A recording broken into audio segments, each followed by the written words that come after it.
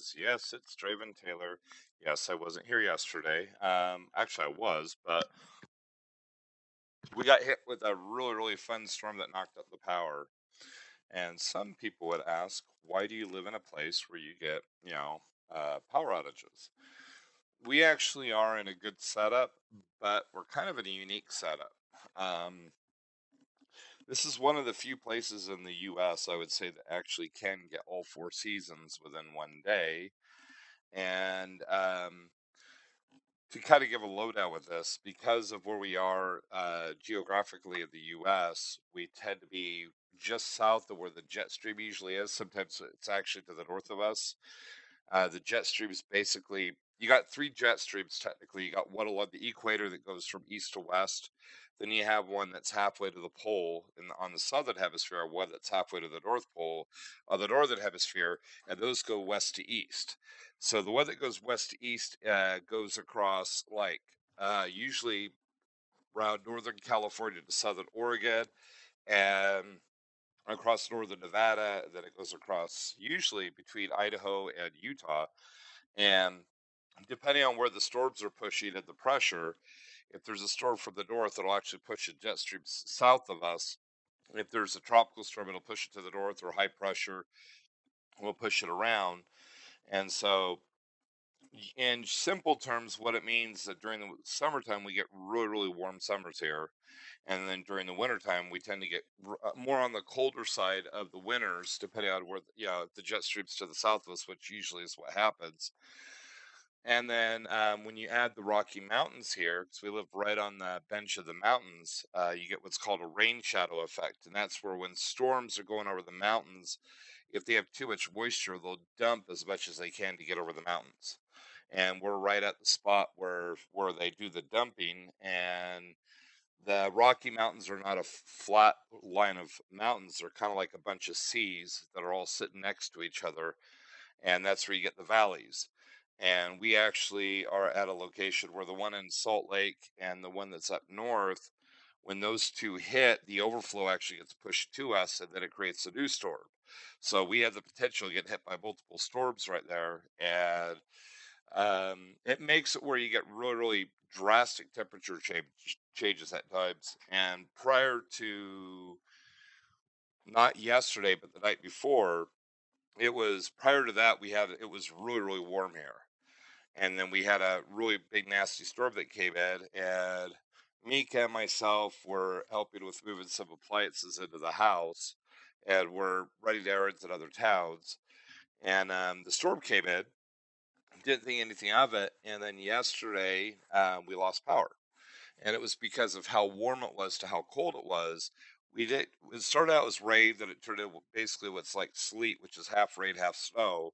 And then we got really slushy snow when it hit the ground because of how warm the ground and everything else was. And the power lines here are above ground. So all that slush just kind of added weight on the power lines, the trees, the transformers. And somewhere along the way, it knocked out the power. It knocked out the power here and at about, from what I understand, about 20 different places around here. There was about 10,000 people without power. So unfortunately, because we're not like in downtown Salt Lake, or we're in a more of a out of the way area, we were kind of like low on the totem pole. So we were without power for probably about a day, a little over a day, and wasn't expecting it. And so it just kind of made it where now, I mean, pretty much when I got off the line the last time when I did Cyberpunk, we lost power about an hour after that. So, kind of sucks, but it is what it is. And I thought that I would hop on and, hey, Cody, just to let you guys know what's going on, I figured I'd actually play a little bit, just to let you guys know, hey, also because I'm up at this time, kind of a good time to play. I got a ton of work I got to get caught up on, but thought this is kind of a good time to hop in here, work on some missions, probably play. I'll probably play for maybe an hour or two, and then got to get some work done so I can play later tonight with you guys. I will give you guys a little bit of a forewarning with this. I would not, don't pump money into wargaming right now. and this isn't the whole thing with the community contributor, kind of giving you a potential long-term broadcast for this company. Um, I've had a lot of respect for how Wargaming's done their business infrastructure because it is really, really smart in terms of financing. So the company, the owner's from Belarus. He lives in Cyprus. The company's in Cyprus, but the bulk of their programmers are in St. Petersburg. And right now, with all the stuff going on in the Ukraine, they put massive sanctions on up there, and there's really, I don't see how they're going to be able to pay their employees in St. Petersburg.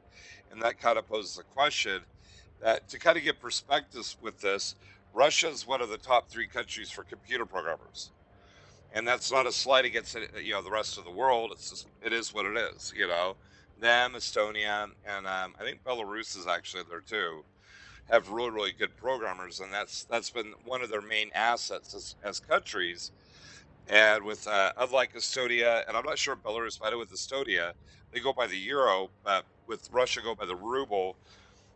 It makes it where they could, where Wargaming can pay a lot cheaper for their programmers and get them at a premium. So, and right now with them not being able to pay them, I don't know how the future updates are going to happen with the game. So I don't know. It's one of those things where I'm kind of curious. But I'm just trying to recommend people, if you got a ship there or a tank that you wanted to get, it's $100. I'd wait. Don't wait for the end of the conflict that's going on out there, or war, or whatever the proper terminology is based on where you're at. Wait until after the sanctions leave, if they leave. If they leave, then they can start paying their employees, and I'm just saying this as a programmer, because if they start like having to get programming done in the U.S. or let's say Germany or Estonia or places like that, it's going to take these people a while to get acclimated to the code. And so even with the programmers they have in the US, they don't do the actual development. They usually do more of the debugging and the implementation. Based on what I've seen, at least for warships, tanks, and warplanes is something entirely different. But those three games, Blitz, I don't know. But I know that the other three, I'd be cautious, because if I had to guess, I would say if they start bringing in other programmers, one, they're going to have to go through a vetting process to hire the people that can actually do the actual development, and it's going to take them realistically 2 to 4 months. Let's say closer to 4 months to get these people on par with what Wargaming does, what they're capable of doing, and trying to meet the standards that they have in terms of implementation. So it could be one of those things where we're going to be kind of stuck with the base framework of this for a while, unless they're able to keep the people working in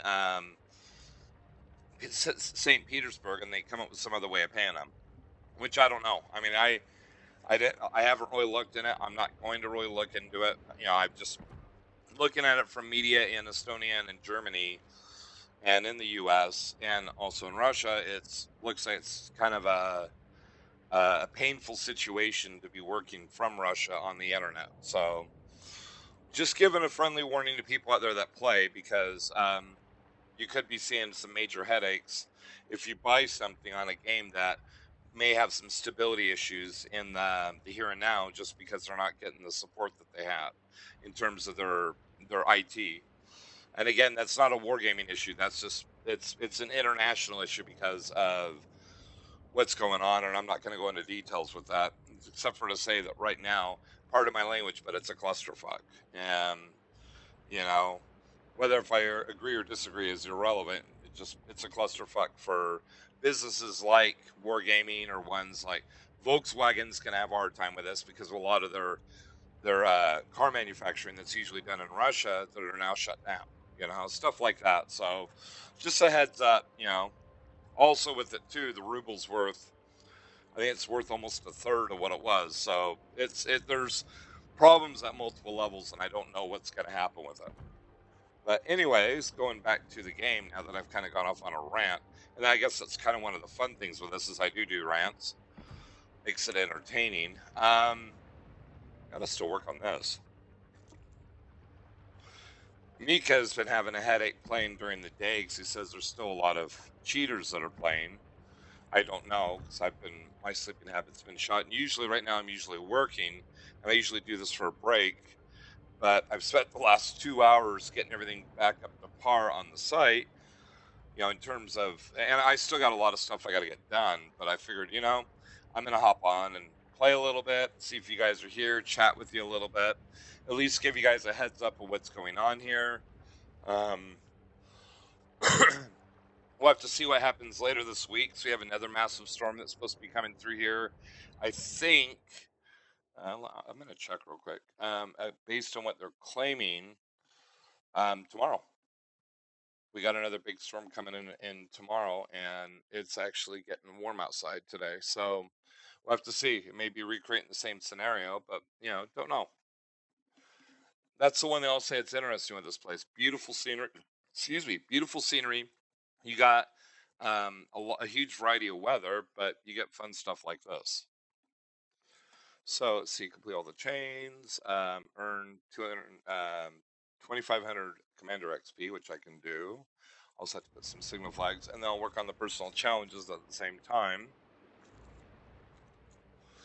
I actually work on aircraft carriers just to knock those out fairly easily. So I think what we'll do, we're at 10. Take the knock 'em off.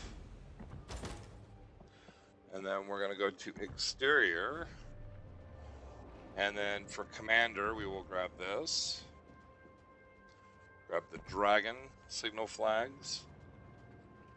I'm going to grab that one. Really don't need to, but I'm going to grab it. Grab that one just to be on the safe side. Because I have more than 100. I don't feel bad about using them. And make sure I have my flag up. Yep, my US flag's up. This is the only flag outside of the ranked ones that will give you bonuses. All the rest of these are just cute little pretty ones that don't do squat.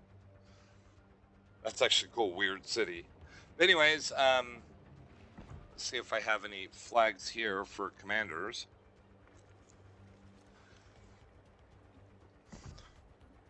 Throw that on. God, that looks like a huge, massive acid trip. Look at that.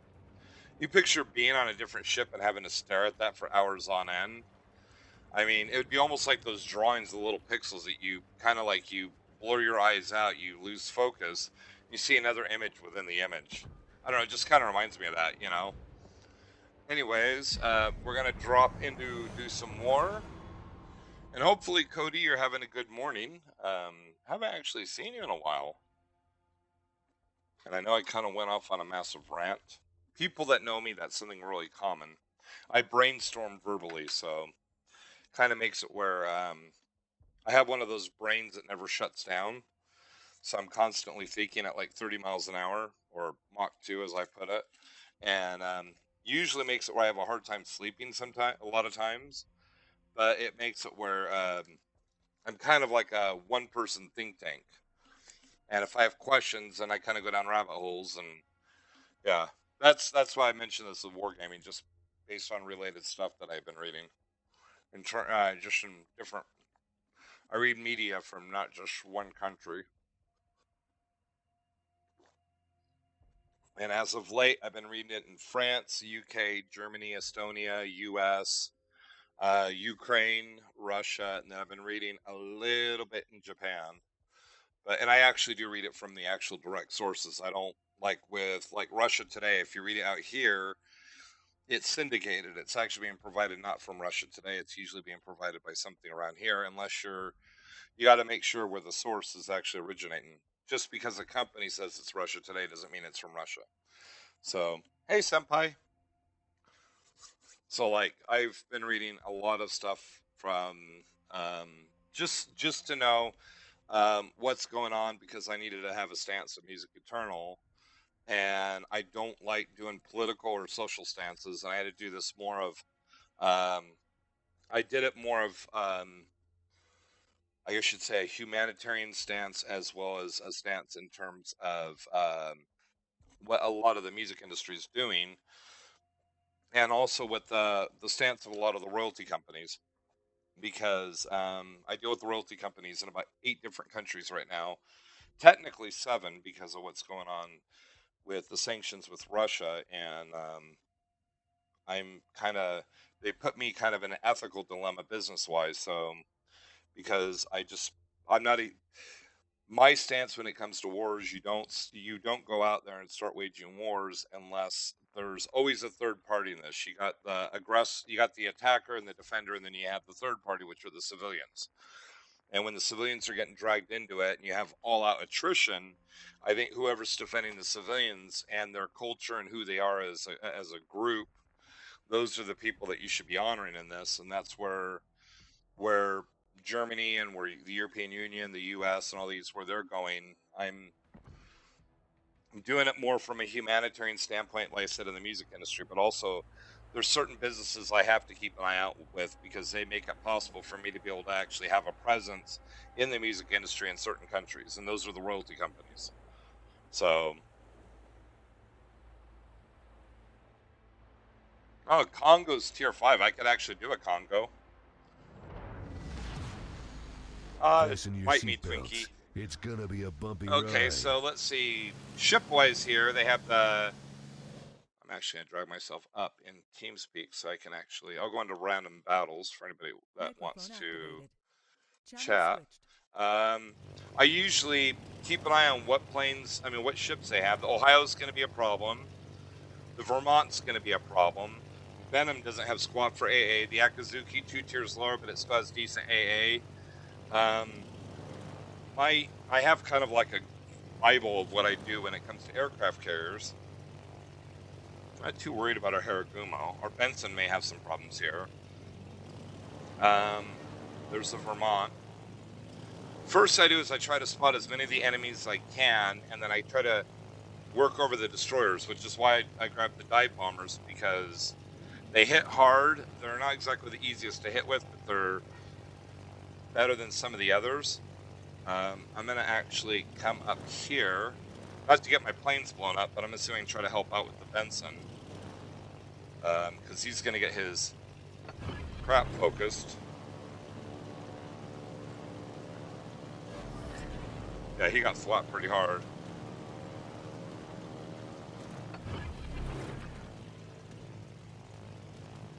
I'm hoping that'll help. It's going to take my fighters a little bit of time to get there.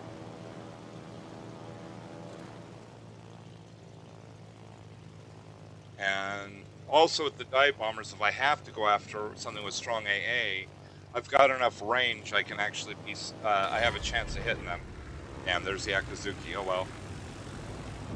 Yeah, this should help. So, we're gonna head over here. I should be able to hit him, yep. We got a fire on the Ohio. I'm gonna reposition my aircraft carrier. The planes on this are really slow, but I need to get some distance. I'm going to try to help out with the Akazuki, because in a straight up brawl, or Benson's already damaged, or Akazuki's at full health. Benson's a little bit tougher, but the Akazuki's got such an insane rate of fire.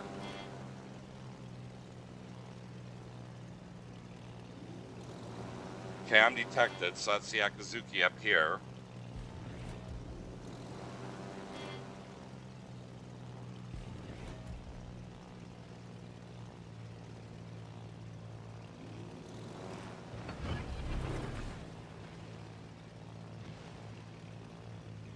There's the Akazuki.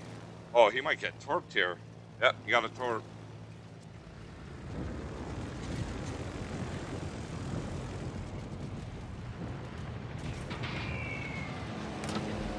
Enjoy the fire, dude.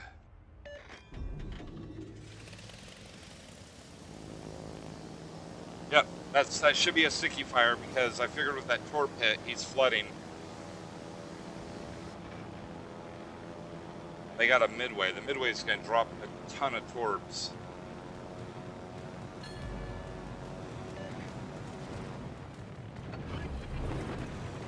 I'm trying to help out where I can, but we're getting overwhelmed. What I'm gonna do is we're gonna take our aircraft carrier. I'm gonna do a big donut.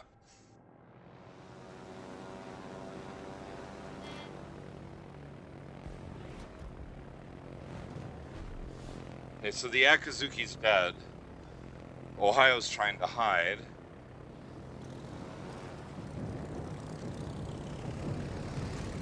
He's actually got good AA, like I said. Let's see if I can get lucky with those torps. The torps are kind of a pain. They have really good range, but the planes don't have any armor, and the torps tend to be slow. But yeah, I thwapped him pretty hard there. He's got a permaflood, which I kind of was hoping for because of everyone pounding on him.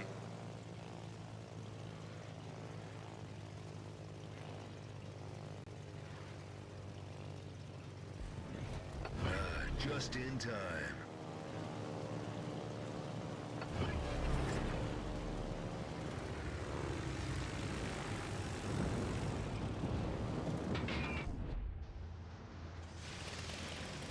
I may have done him in right there, maybe.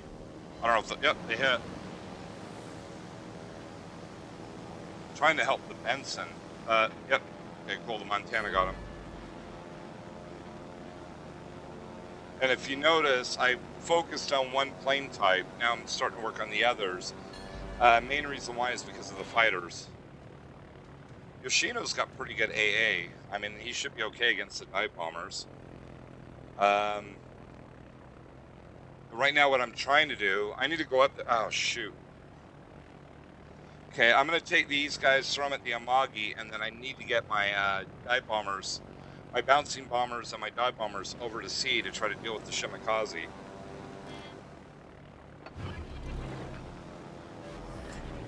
Because our Ostergotland's not doing anything, and the Shimakaze and the Benham are both torp boats.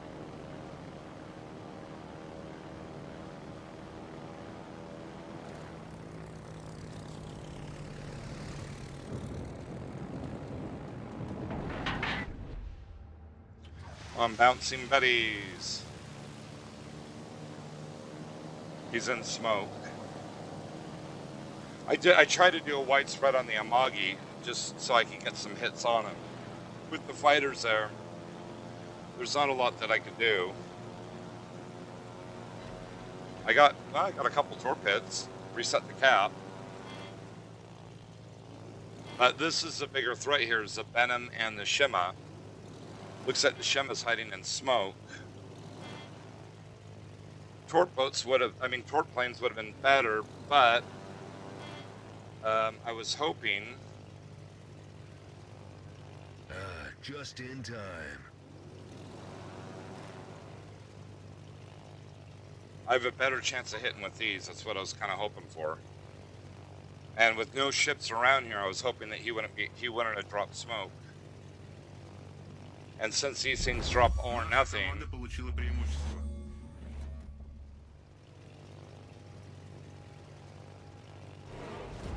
my best tactic is to wait for him to pop out.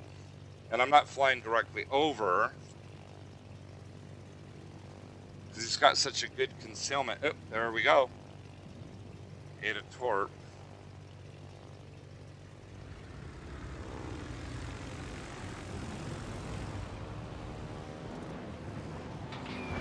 Bye-bye. Rest in pieces.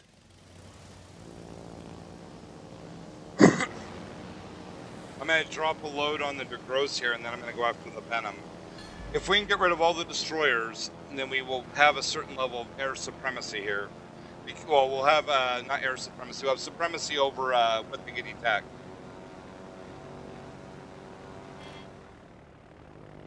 And the Benham's going to be the next concern, because it's a torp boat, and all we have there are three battleships.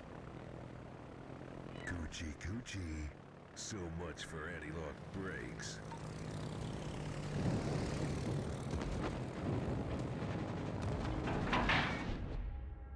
So, I'm trying to help balance out the odds of the Vermont versus the De Grosse, even though the Vermont's a higher tier.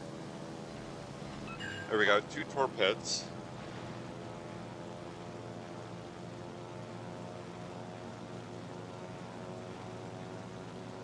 Yeah, because it could be a major pain in the butt.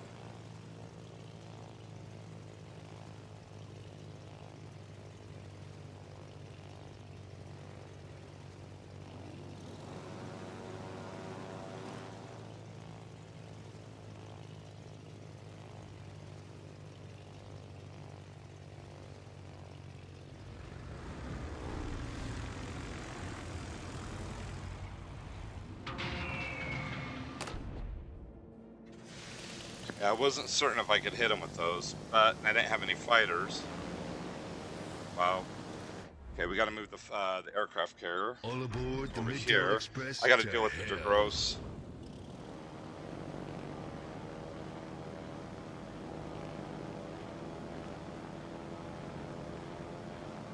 I like to work on the Venom, but at least he's hiding at the moment.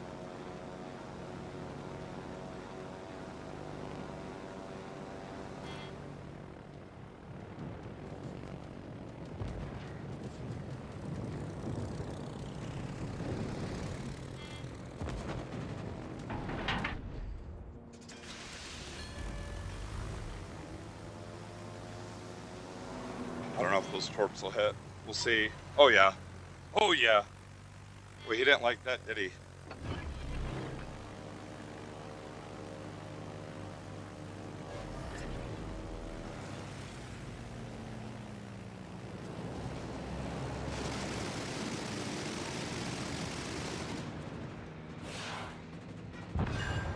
Yeah, he didn't like that at all. Squeal.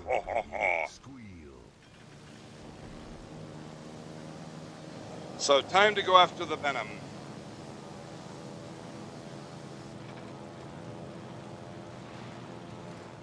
Now, we're going to reposition our aircraft carrier back over here.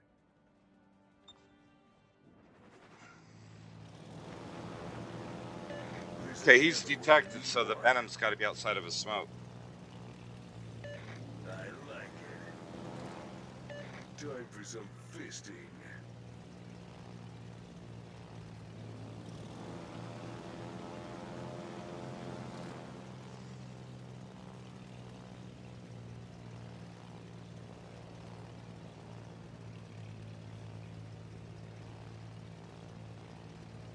The Venom's not in the smoke.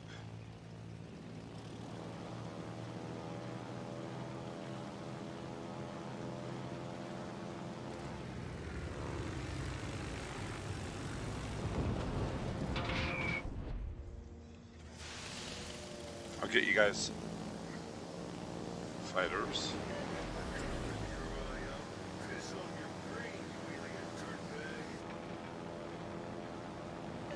The boogeyman is real, and you just found him.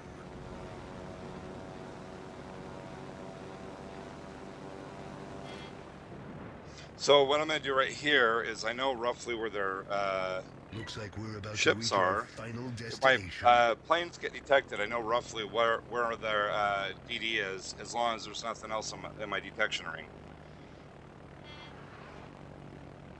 I'm going to get detected right here. So that's the Montana.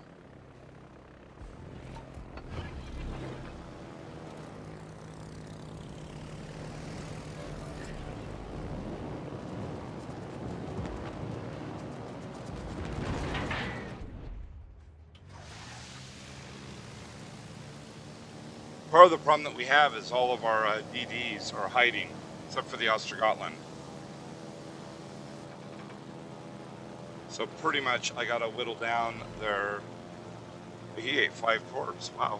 I got to whittle down their bigger ships to try to actually push in, because like right now the hard part with the Montana and the Yoshino is that they have overlapping AA. And it's an overlapping AA. Like I said, these ships, these planes are slow. They have crap for armor, but they drop everything in one load. So it makes them pretty scary in that respect. But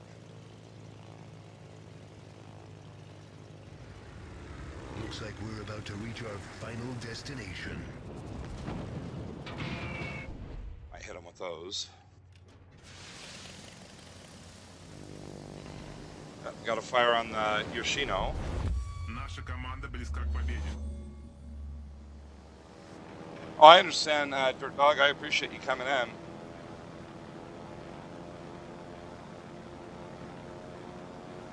There's the Venom. Crap.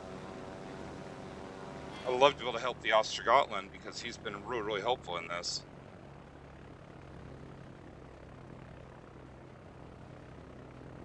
But like I said, he's dead. I can't help him.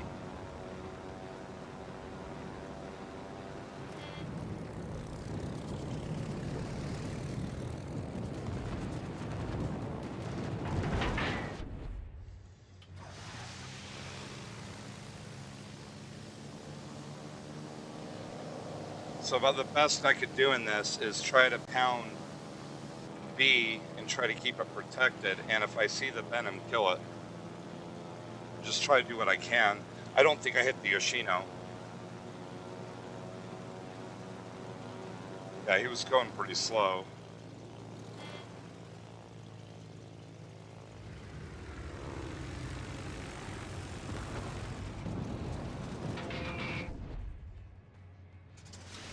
A crowbar would come This in should handy be a right reset, about though. now.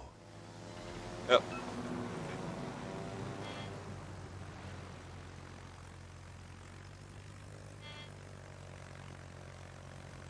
Okay, their midway's gone, so we have air supremacy in that respect.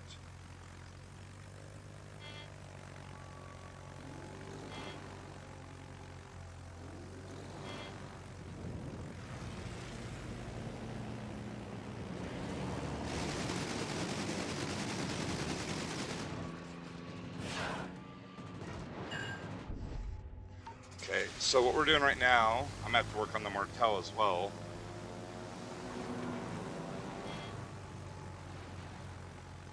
I'm gonna need some help up here from these guys.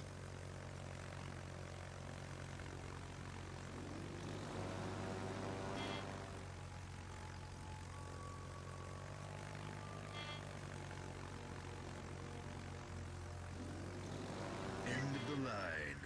So much for anti-lock brakes.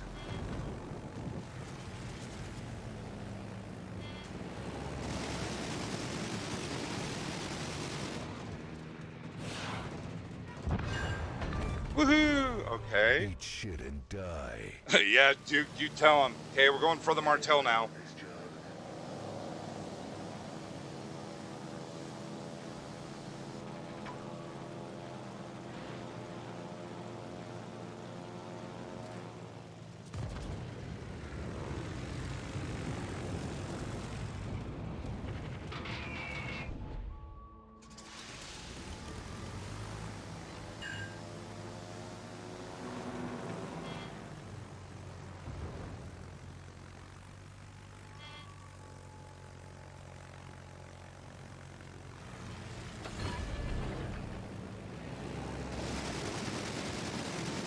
Yeah, this should help.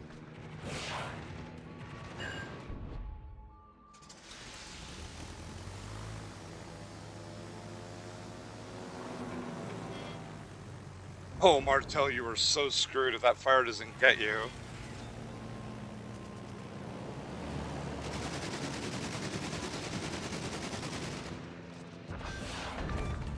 Yeah! One more and I could have had a Kraken. Out.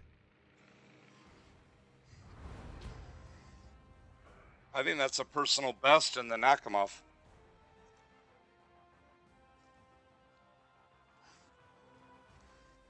Got 161,000. Well, I think I probably got the commander experience I needed, which was 2,500. Yeah, first place.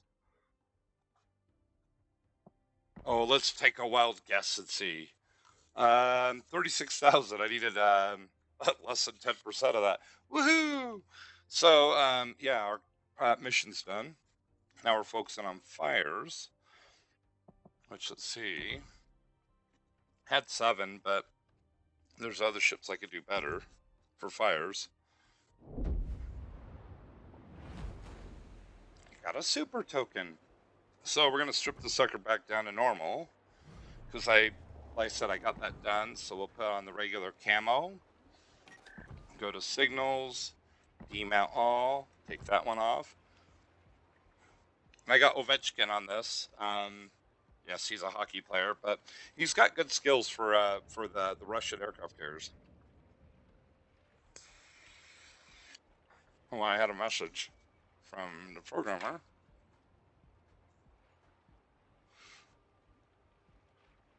Okay. Got hit an hour.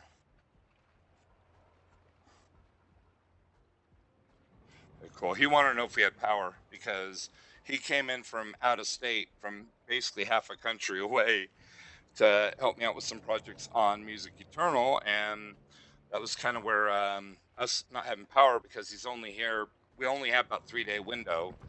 I'm going to be doing damage control today, work-wise, and then we're going to be working tomorrow and Wednesday, which will kind of make it where I'm not going to be doing a ton of streaming over the next couple days, but he's going to make it where I'm going to be able to have a lot more flexibility work-wise.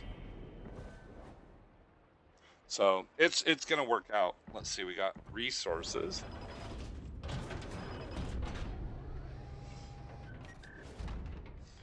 This is what I was saying, what Mika is in tanks, that's usually what I am in warships. And I will be explaining everything as I go, just try to help everyone. Okay, just to give you guys a little bit of a warning in this, and this is why I don't like playing this at night, there's 2 hacks that they have out, because I do use mods. But the mods I use are kind of given extra little displays. There are no aimbots, there's no, watch out for this, watch out for that. I use the commander skills for that, which I'll show you, because the next one I'm going to have to do is fire, so I'm going to jump into Smolensk. So if you look on, let me just double check my commander missions, and I'll show you the commander skills. Cool, I got that up to 600. Common. I should have gotten the camos, yep. So I need 20 fires or floods. I actually do an aircraft carrier for that too. But basically, with the commander skills, this one right here, incoming fire alert, will let you know when you're being shot at, basically from medium distance on back. It'll say, incoming fire. And if you're playing cruisers, it's a really good way to be able to dodge shots if you keep them at your max range. For battleships, it's good to be able to angle your ship if you're good at doing pivots. And then this one right here is priority target. That one tells you how many people are aiming at you, actively aiming at you. And so that's where, if I know there's 4 ships there, 2 are aiming at me, I can zoom in, look at them, and see which ones have their turrets aimed. And then that way I know that when the incoming fire alert goes off, I know where to look to see if the rounds are coming to be able to try to dodge them. So this is kind of like my bread and butter for a lot of my ships. However, they have 2 cheats that people use. Not everyone, but some people use in this game. One's called Warpack, which is an XML script, and it assists you at doing the aiming.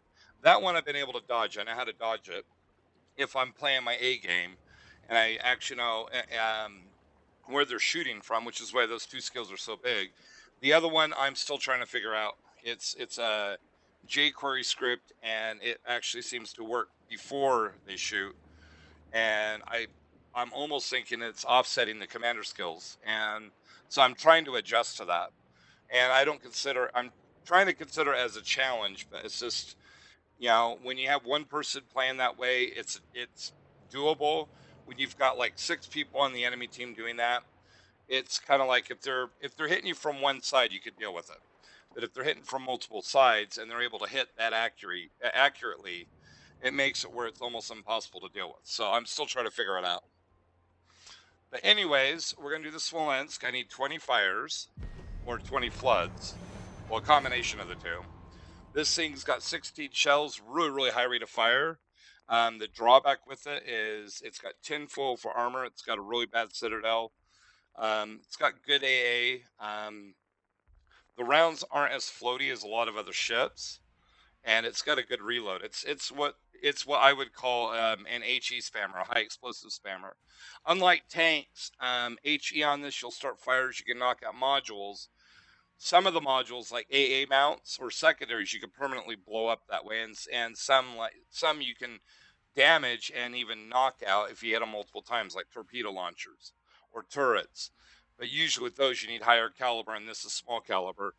But it's the fires on this that make it scary. That and the alpha damage of the shells. The shells themselves individually don't do a lot of damage, but it's just the sheer number of them. And the other perk that this has is it can drop smoke. So I could hide in smoke if I really wanted to. The only problem with that is if they're using cheats, depending on which one they're using, they can hit you in the smoke. Or if they're really, really skilled, and if you're sitting there and you're not moving in your smoke, they could actually triangulate based on where your turrets are, because I have 2 in the back, 2 in the front. They could figure that out, and they could try to aim for my citadel. So you got to be really careful when you do that. And also, if there's destroyers or torp boats like the Hindenburg or the Palmer that are close enough, they'll throw their torps into your smoke, and again, this is a glass cannon. A good torp hit on it will just nuke it. I mean, yeah, it'll take, like, if the Shimikaze hits me, it'll probably do about 2/3 of my health, and I run the risk of getting detonated, which is where it's hitting an ammo magazine, and it's basically like an ammo explosion in tanks. A rack, rack mount, rack hit, whatever. I can't talk. So what I'm going to be doing right here is I'm playing a little passive. I also use radio location, which is showing that the closest enemy is somewhere in this area. So that's going to be either here, here, or here. That's the closest I got. Time for some fisting. It's actually shifting now. Looks like it's now here. So based on my radio location, that's the closest I have is right in this area right here, possibly right there. So this little L, it just shifted. So now I'll still make the Hall of Fame. we got somebody right there. And I'm doing this to let them know, let our team know, because battleships don't have the skill. So cruisers do and destroyers do, and I don't think our Holland has it. And I'm not trying to push in and rush them down. What I want to do is I want to try to help out the battleships so that they don't run into torps. But I'm also trying to do it so the Holland's aware of where they're at. So if he throws torps, see there's smoke right there. So somebody drops smoke, which would be either, it's got to be a DD. It would either be the Kabaros, the Zorki, or the Shimikaze's in the middle. So it's either the Zorki or the Khabarovsk. And the Khabarovsk isn't guaranteed to have smoke. You might have a heal on that, because he has the choice of either a heal or smoke. So I've got right here. If it's a destroyer, I can brawl with him, and he'll be screwed as long as there's nobody helping him. But our battleship's really pushing up. The Bahi.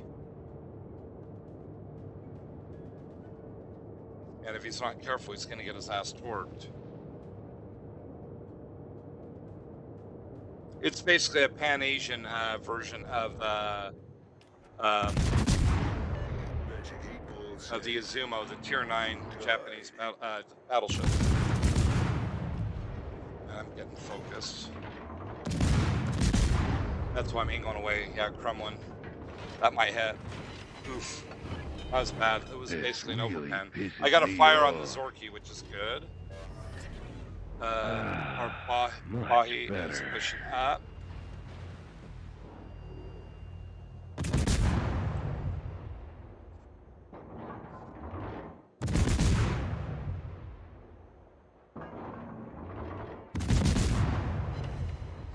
The Ibuki's going to be the main problem here. He's got good torps too. They're Japanese, so they're going to hit hard. And for our battleships, it's not good. What I'm doing is I'm trying to save my smokes in case I absolutely need them, and especially that Zorki there. I think what I probably will do is I'm going to push up and set camp and try to hope that battleship will spot for me.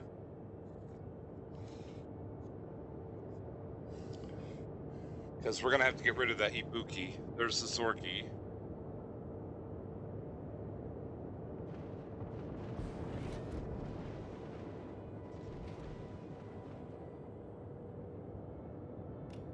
So what I'm going to do is I'm going to try to get closer. I don't know why the Bahi pushed up like that. Well, that's what I'm trying to do, dude. The Zorki's got 8-kilometer torp, so what I'm going to do is I'm going to stop right about here. I'm going to set camp. I hit my hydro, I hit my smoke. Time to put on the beer goggles. I'm going to get detected from that shot, most likely. I'm going to try to bully the Zorki out of here. I'm starting to work and going reverse. Another day, another disembowelment.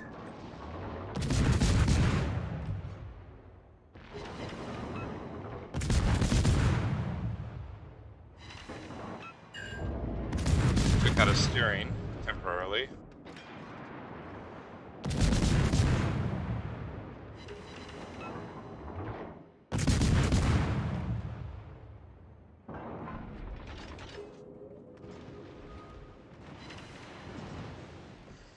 Okay, can't spot you anymore.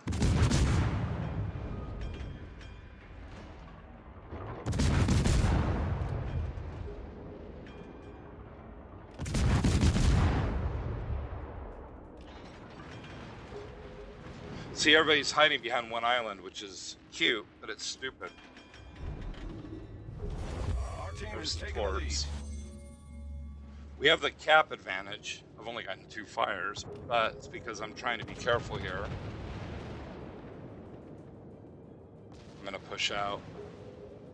My smoke's almost gone. I need the acceleration and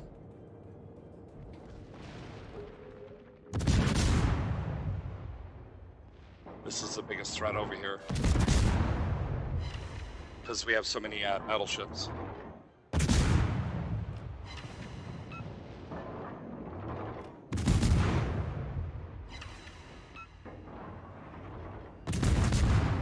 Bye-bye. Looks like you're coming apart at the seams. See, the drawback he had versus me is that he's also lightly armored. Now they're going to try to focus me down because I'm the biggest threat. Oof. This really Try to pisses me repair. off.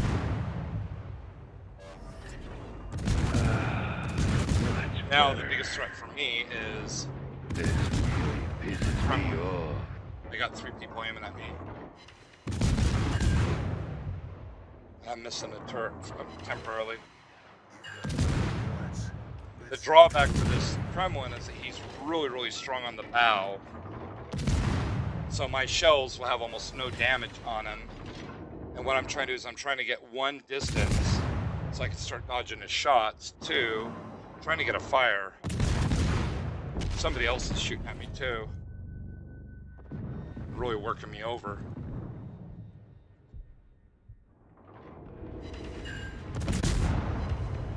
Okay, there we go. If I had to guess, I'd say the Iowa.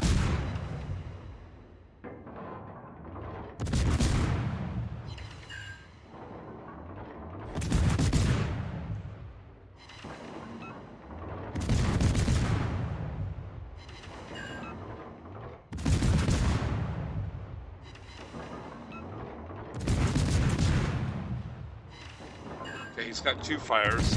He could put him out, but he's going to be subject to getting. The Russian ships are limited to a certain number of damage controls. I think he. No, he's still burning. With the torps going out there, I would think he'd rather take the fires.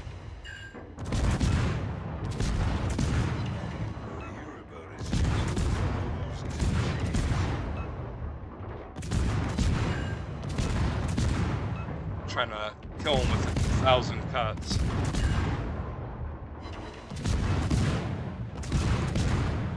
I gotta worry about that Petro. Petro can nuke me. Really, really linear shots. Try to repair.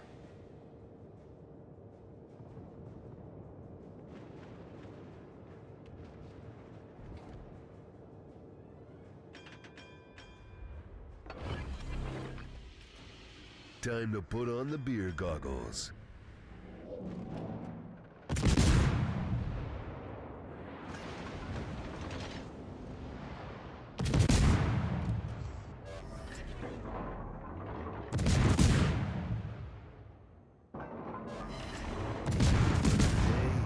another disembowelment.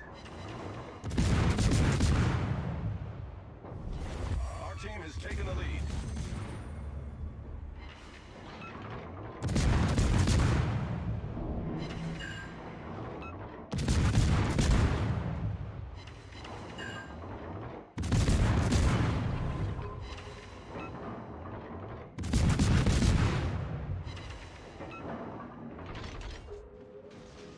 Wow. That radar ship. You've got a lot of guns. Let's see what they look like.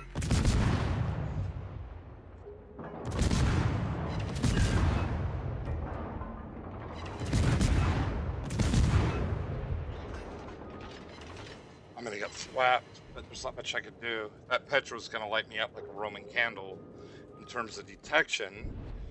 Cabros is pushing up to get torp hits, and I won't see his torps unless I have Hydro going, but yeah, this is a nasty, nasty situation. I just got detected, so I'm gonna get focused.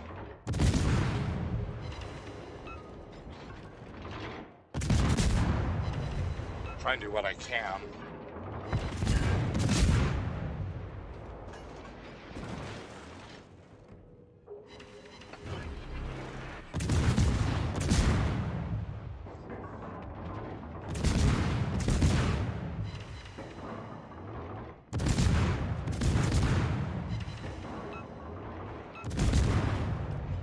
Magic 8 Ball says you died.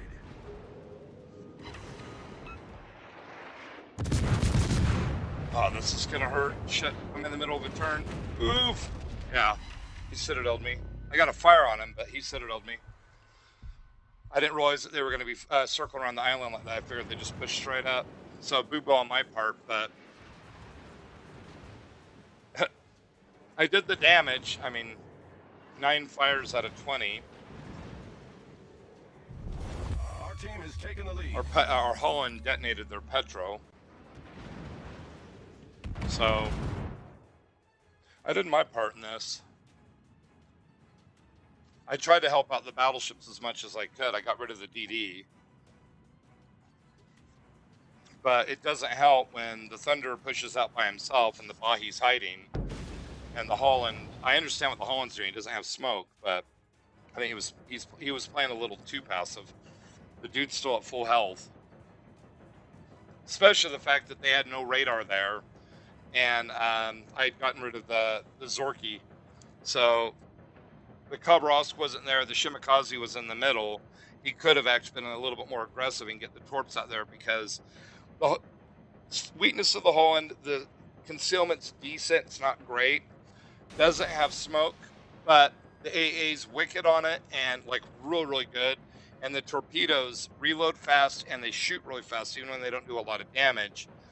But he could have been really wrecking havoc in the middle on the battleships, or even gone where I was at and thrown torps and that little choke point, and could have actually broken up what that little almost trench warfare that we were doing. And instead it was a battleship that tried to do it, and he got focused down. Because even the Thunder with its big guns, if he's stuck doing bow tanking against Kremlin, if the Kremlin's got more support, the Kremlin's going to win, because the only thing that's going to do damage to him, substantial damage, will be fires, and he can put them out. So it was the Thunder's got big guns, but the Kremlin had the advantage there, especially the fact that it looked like our Thunder went broadside. So he's going to get pounded in the side, which what happened to me probably happened to him. He got citadeled. Oops, wrong button. I actually wanted to see. It said I got a goodie on Twitch, so I was actually going to claim it because it gives me community tokens, which I just bought a crate with those community tokens for Mika and me. So it helps out Mika and it helps out me. And the Holland, I don't blame him playing passive here, because even when the Khabrovsk is mostly dead, in a straight up gunfight, the Holland's going to suffer.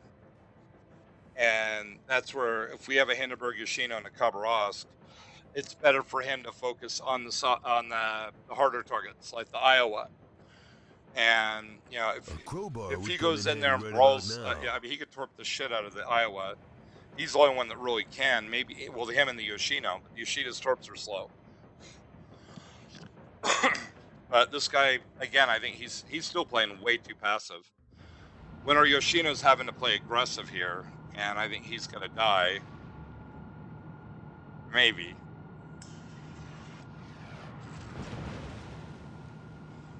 He's a one-shot for the Shima, possibly.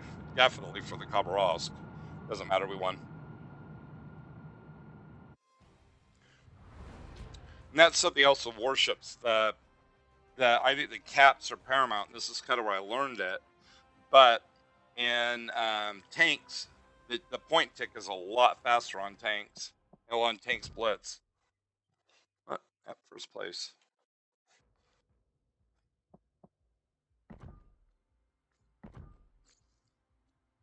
I'm not having a lot of problems playing in the afternoon. But like I said, if I'm dealing with one cheater or two cheaters, I can handle it for the most part. At night, I've seen it's been like, well, I didn't see it. Caracal showed it. Caracal went and started saying some derogatory terms, and all the Asians decided to join up against him. And I was shocked how many were actually in the match. It's like, wow, dude, you're. I appreciate him showing us that, but he got crucified because the guys on our side wouldn't shoot at them. The ones on their side just. Our guys were actually telling him he's over here, he's over there, and it's like, it was crucifixion time for Caracal, which I thought really sucked. But it's a good way to find out where the lowdown in the game. So fires and flooding. So let's see. I'm working on. Actually, I need to go back here anyways. Hello. So that's up to 800, which is cool. Germans, they're AP dive bombers. Rockets are AP. So pretty much I would be reliant on flooding. I could do the Midway. I could do the Yoshino. Yoshino would be a good one to do. The Torps will guaranteed floods if I hit. But the fires isn't hard to do in that sucker. Might actually do that.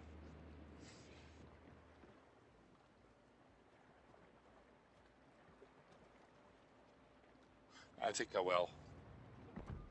So, Yoshino's actually one of my favorite ships. I just haven't played it for a while. So we go here. We'll recall the commander. And this isn't like tanks where you just have a crew in there that you train on one tank. This has got a commander that you can shift from ship to ship.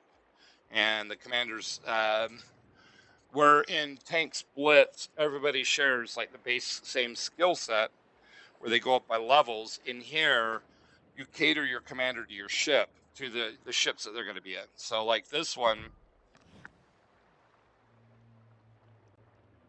Yamato, the commander, the skills he has here for cruisers is only his skills for cruisers.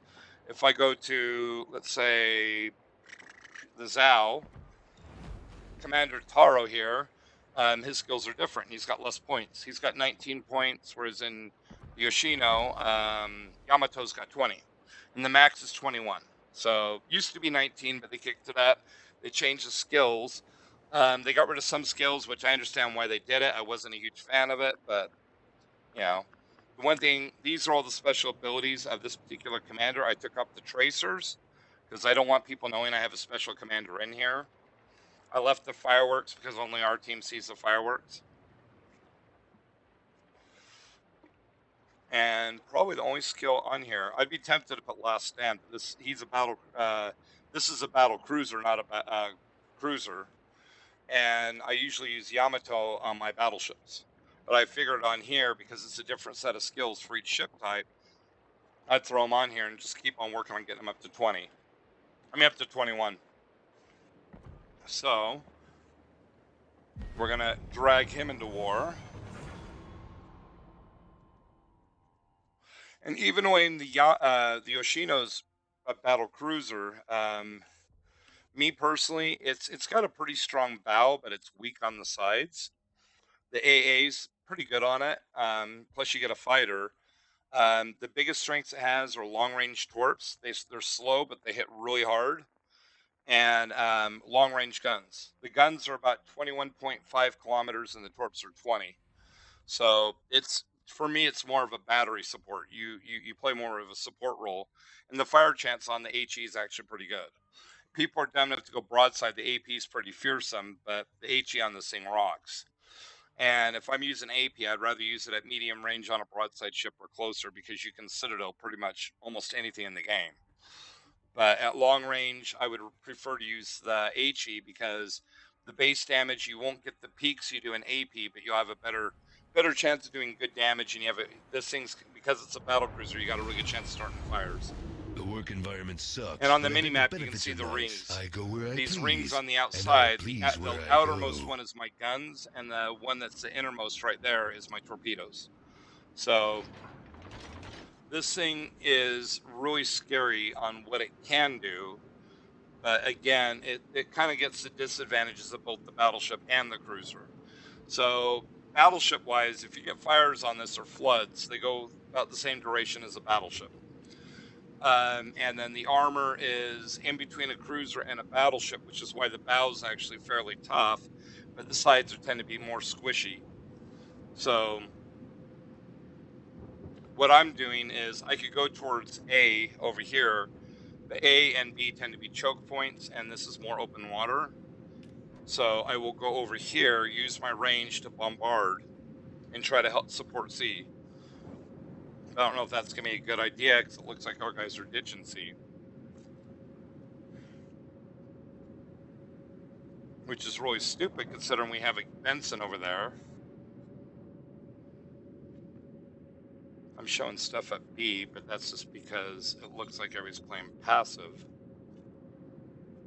Or if I could point out, because I'm showing something right there, right on the line. There's the Yamato. Okay, it's a Clabert. Clabert's really fast, no smoke.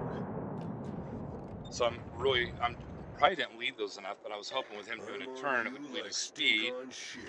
Oh yeah. So yeah, he felt me there.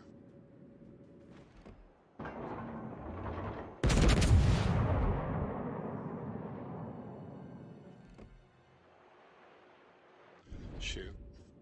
The Gearing was spotting him. Magic 8 Ball says, you died. And then they have an Asashio. The Asashio is really bad news for our battleships. Damn, I love this job.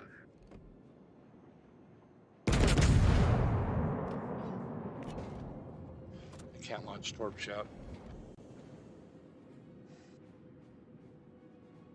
I'm hoping the Ajir just sits there. If he does, I'm going to thwap him. Fires, but that's fine. It'll make him back off. Pretty much what I'm trying to do here is more of a pulley tactic. Get back!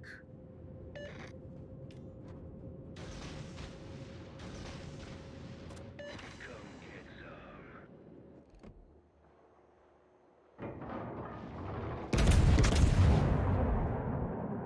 I'm using the torps more as a suppression tool, because they got battleships over there. I'm hoping I could drive them back.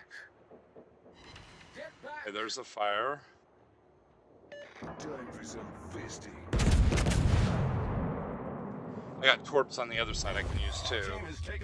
Our Benson's playing really, really passive right now, and I kind of understand, because with the Des Moines he's got radar. Son of a bitch. But he's kind of, all of our battleships will be playing insanely passive. The Yoshino, even when it's tier 8, the torps will hit roughly the same, like at tier 10, and they're deep water. So if they hit, they're pretty much guaranteed floods. What I'm trying to do right now is trying to keep their forces back. The Asashio torps are harmless to me, but I'm trying to bully their ships as much as I can, so that our guys will push in.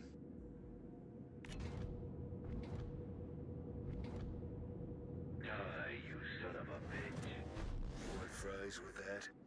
Our guys are playing way too passive, especially with them playing passive. I like it. Because it's not looking at, it's looking kind of like a choke point right now on the other side. And so I'm trying to work over whatever I can get my eyes on. There's the Asashio. I'm gonna kill you old style. Say hello to my little friend.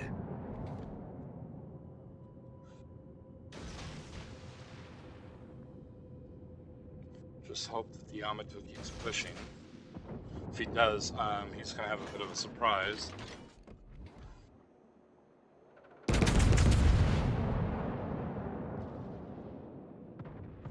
I'm going to actually turn towards them, keep my front turrets angled so I can use them. Where's a hammer when you need one? I'm going to try to get one more shot off. So what I'm trying to do right now is trying to do as much suppression. They're going to get the cap no matter what. Or Zietin's suiciding if he's not really careful because of the Asashio. Hiragumo's going to hit hard too, but the Asashio's got a lot more torps.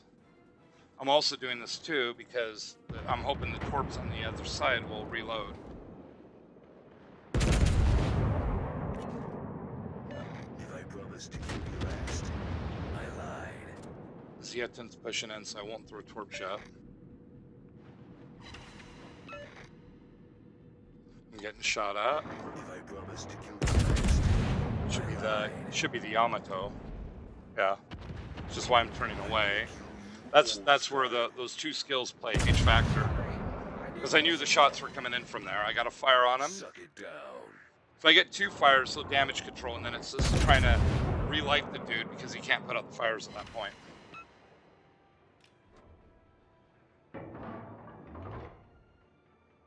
Wait for my front turrets to reload. Here we go. I gotta be careful of those torps, because those are Hiragumo torps. They're gonna be 12k. I don't know how far he shot them from. Interesting. I should have hit the back end of his ship. Yeah, they still got legs, so I don't. He's pushed up. There we go. Now, let's focus in on the Des Moines. That'll get rid of their radar. Oh, he's dead. So we're going to focus on the Yami since he's the closest ship. Okay, Gearing's pushing in. I don't want to throw torps. I don't want to waste my torps by hitting a teammate.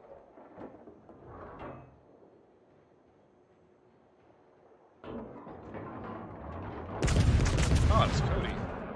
I'm sorry, Cody. I gotta focus you down. You want fries with that?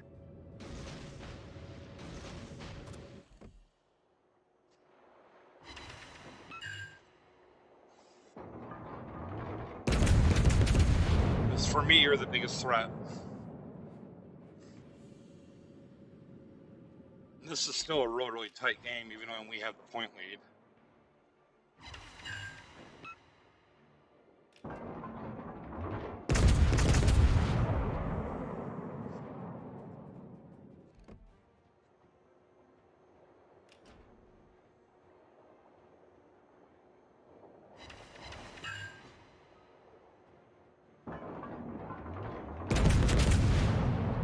I'm going to focus on North Carolina now, or the Hiragumo. Smells rotten around here.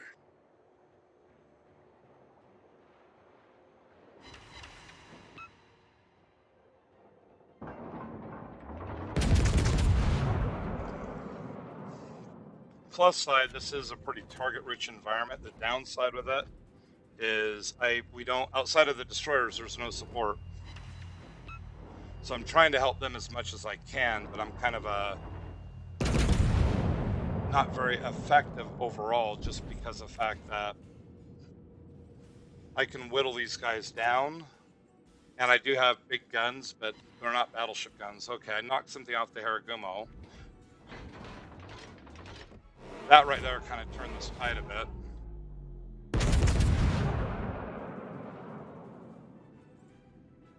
I'm gonna kick your ass, bitch.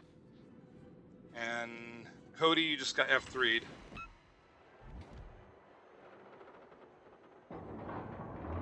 If I promised to kill you last, I lied. I'm gonna kill you all. You want fries with that?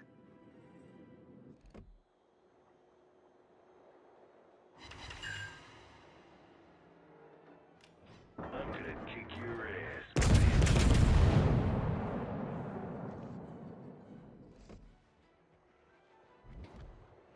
Where's a hammer when you need one?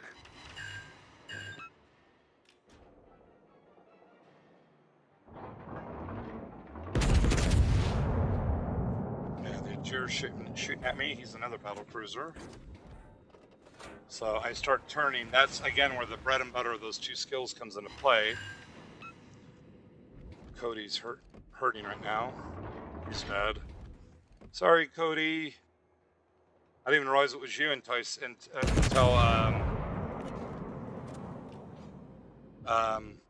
was trying to figure out why my shots were missing so horribly, and I was like, oh, it's LARP.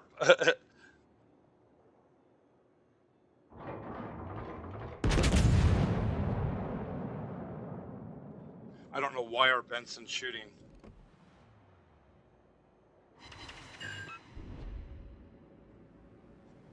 Because with me pushing up, yeah. Oh, cool, he torped him. The boogeyman is real. Now, these torps are harmless for me, but... Not my babes, not in my town.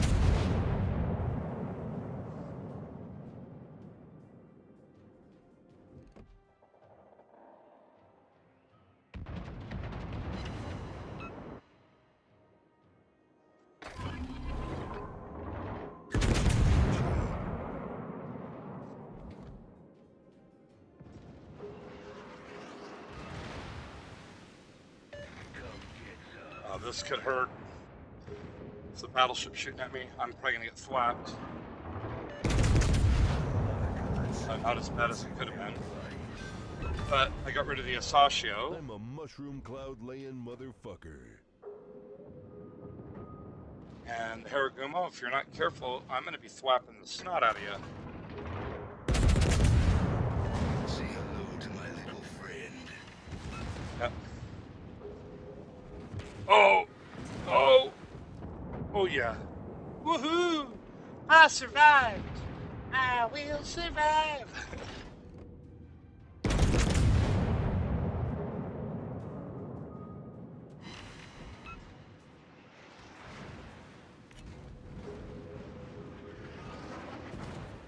So we're gonna do right here.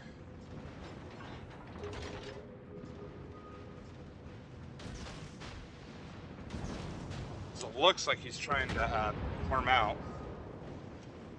I'm gonna give him a surprise if he survives a barrage that's being thrown at him.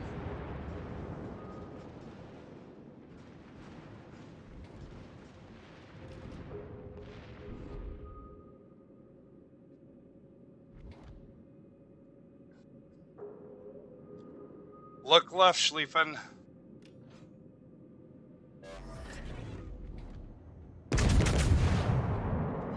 Booyah! Well, at least he got an ending.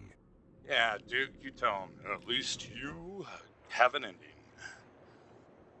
May not be the ending you want, but it's an ending.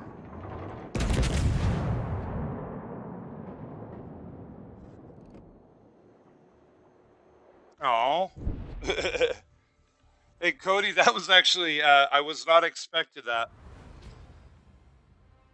I was like sitting there, I was going, wow, you guys had a impressive line down there, and you were actually, I would say you and the Aegir were playing passive, but I understand, and that's where, you know, if our team would have played it like the typical team, they would have pushed up, and then your Sasha just would have been tearing people apart battleship-wise, and it would have opened it up just by softening them up for you guys to go there and just brutalize them. And because I was trying to understand why the hell are these guys running away, and found out why. Or the adversary. And actually, I think what I'm going to do, so I'm probably going to play for a bit longer, so let's do this. We're going to Nerd Herd. See if you want to join up. If you do, cool. I mean, I'm working on just typical missions. Surprised you haven't hopped on TeamSpeak. Oh yeah. Well, this is kind of where I've been itching to play this, but I haven't really wanted to play late at night just because, like I said, you're dealing with a lot of people outside of the U.S. and it's kind of a growing number of the ones playing that are using aim bots and stuff like that. It just makes it really hard to play against them. Like I said, I can handle one or two of them, but when it's like 6 people on one side, Nah, you're screwed. Let's see, I gotta go to common. Okay, so 2 more fires, I can pretty much play anything. I think if you're playing German,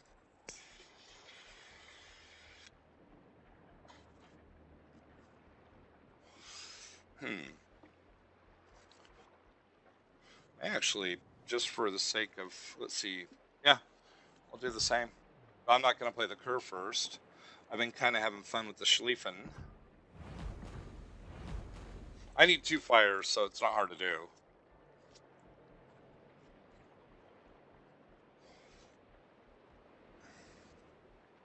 So, Cody, do you like the new layout that I have in the stream?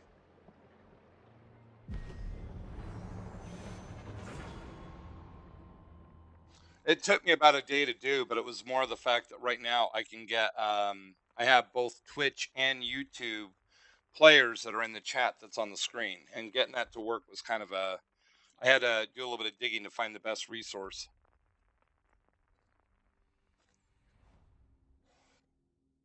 Actually, while we're at it, I'm going to make this full screen because it makes it easier to read. There we go. Itch, itch. Itch, itch, itch, itch. Okay, let's see. No aircraft carriers. Oland, good torps, really no smoke. Benham's just a torp boat from hell. As Corgan taught Foxy, it's all spitted torp, spitted torp. Fletcher's, I think, a really balanced ship. Daring's got really high rate of fire, not a lot of damage, but good fire chance. If there's a way to go, Edinburgh can either have smoke or radar. Cleveland's going to have radar. Moscow's going to have radar. Colombo's going to hit hard.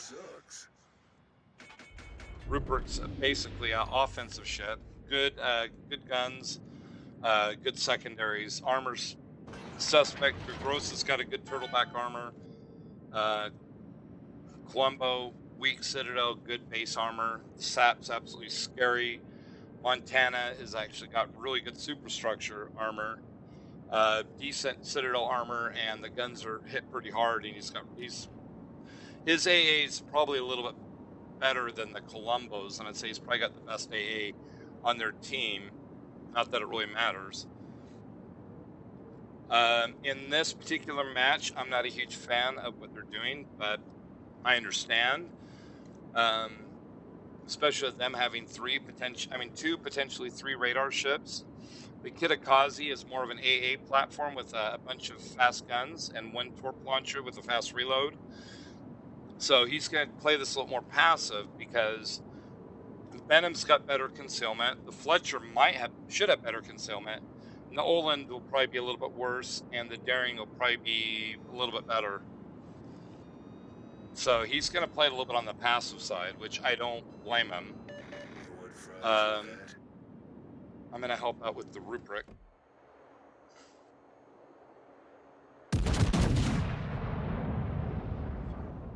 There's their Oland, so we know where one of their DDs is.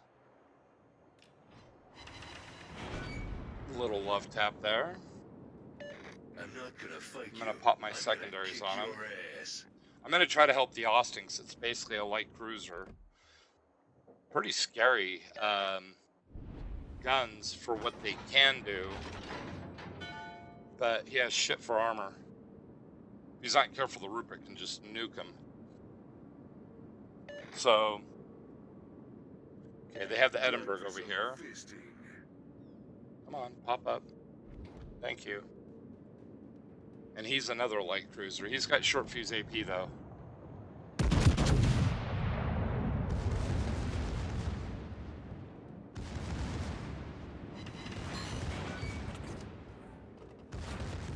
I'm letting my secondaries work them over. There's the Fletcher. Your ass is grass, and I've got the weed whacker.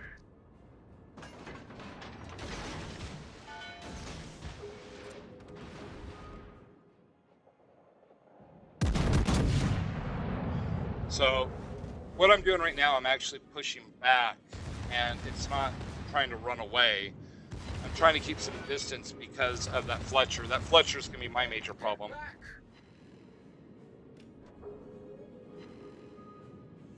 And if my torps are true, this Edinburgh's going to be not liking life. Okay, shoot again. My guns are almost reloaded. You can't see me.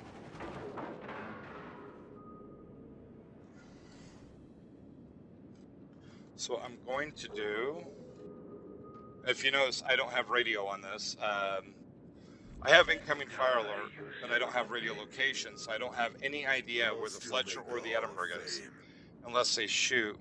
My hydro is still going, which will spot the torps for about another 45 seconds.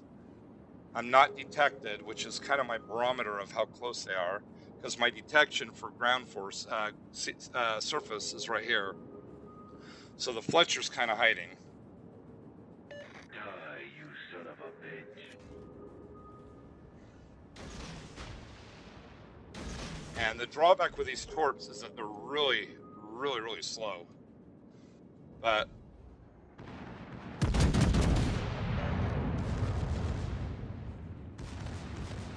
I'm not gonna fight you. I'm gonna kick Okay. your ass. my hydro's about to go down. We've done our roll on this. The Austin should straight up be, have the advantage on the Fletcher. I'm hoping. Let's see.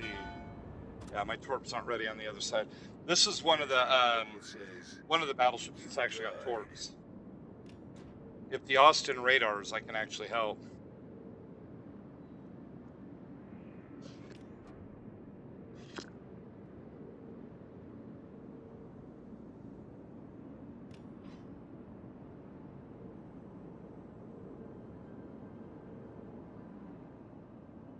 If I was the Fletcher, I would have been running right now, because that's the Austin's his death.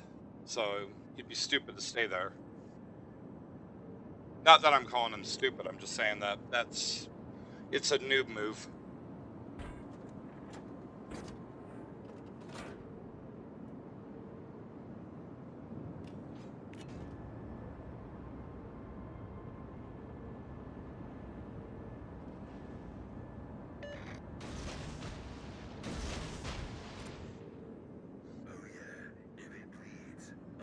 Okay, undetected.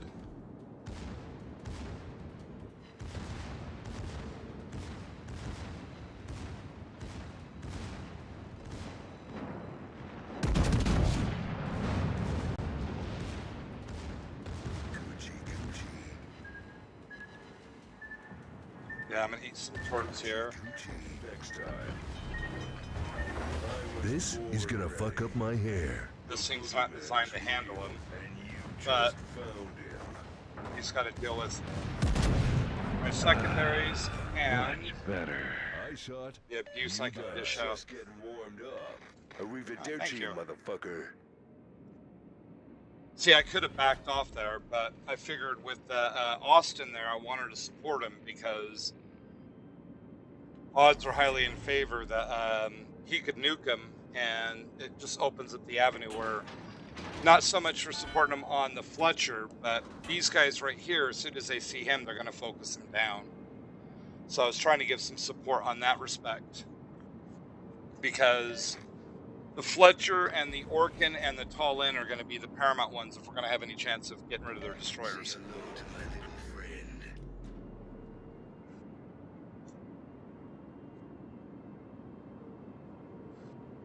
Okay, see, like right there, the Austin got rid of the Daring. I'm gonna run for president. Arrivederci, motherfucker. I'm still below my average for damage, but it's all good. Because right now,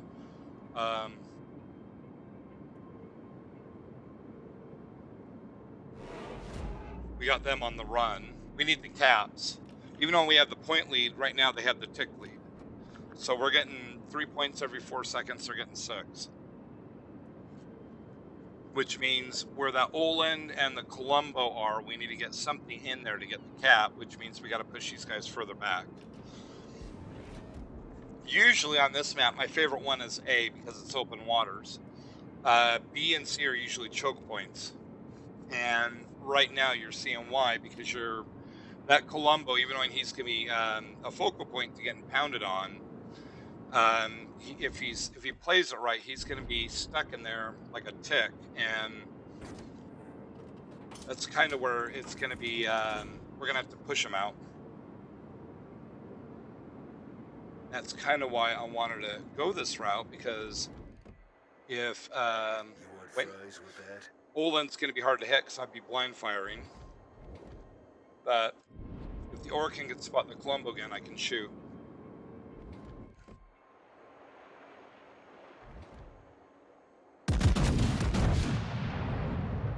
At least this way, if he's broadside to me, so if my shots are good, I might be able to citadel him. I got him for about 3,500. Almost have the Olin in secondaries.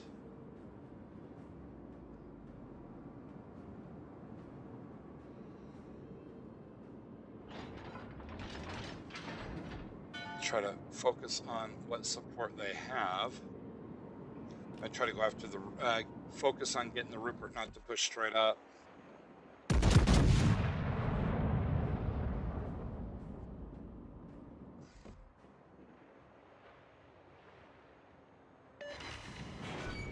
$8,000. Oland is in my secondary range, but there's islands in between me and him, so they can't work on it. But what I'm working on doing here is working because the Rupert is backing off. And again, what I'm trying to do is, if he's far enough back, because he's got good secondaries too, his secondaries can't work on the Austin, and hopefully the Austin can survive the shells. He got thwapped hard there. Yeah, Austin played really aggressive, but he did get rid of their destroyer, which is good. But now I'm getting focused because, like I said, this is a choke point.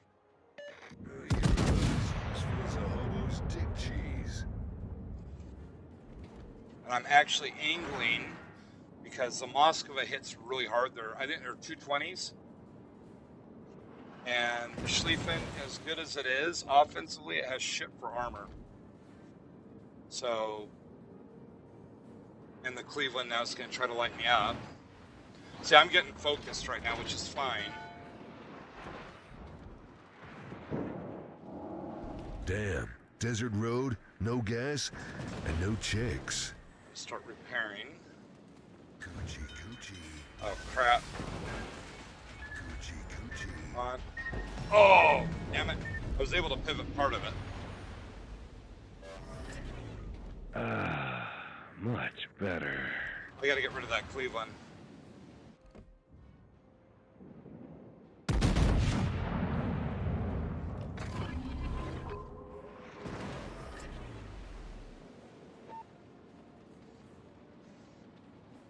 Now, this is a force to be reckoned with.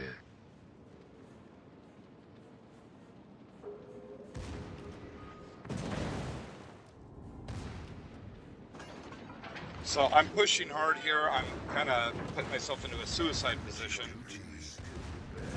Oh, crap. I'm going to be eating torps here. I shouldn't have hit that repair, but...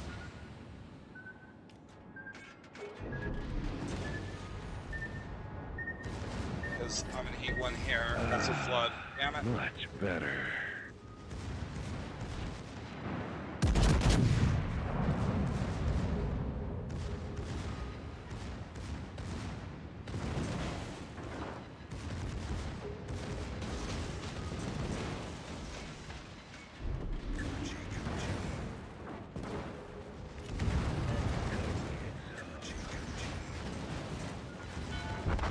I was trying to get all my torps out.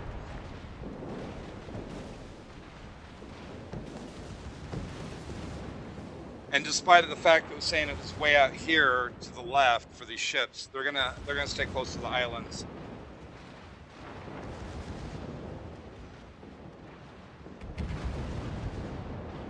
Yeah, and they're Benham backed up, which was smart on his part. But I got 3 fires. Oh, they're gross. You're turning. You're turning. Thank you. Means you're going to be eating torps. Wait for it. There's one. Any more? That's a flood, though, so... he repaired it. Still, got him for about 12,000. I mean, we did our push.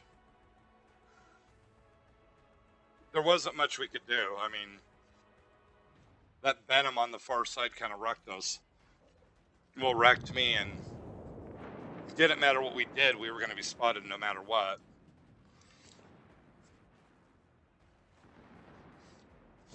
All that I was trying to do was suppress so that the guys could push into B, and then it'd be a line, a 3-column fight along here, and it's just trying to keep behind the 4 line. But it didn't matter because the Venom wasn't up here like he should in last known. He was actually down here.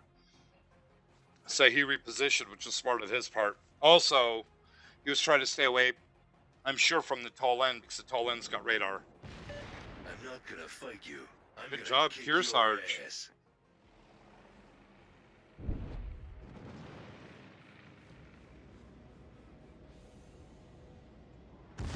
This is gonna hurt. Oof. What they need is to get rid of the Venom. That's why the Venom's so scary, because he can throw those up both sides. And they're Japanese torps.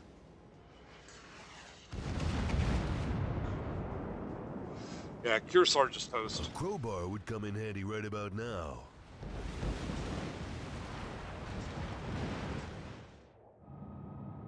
Now the tall end's gonna try to hunker down, but they have the point lead and the cap lead, so...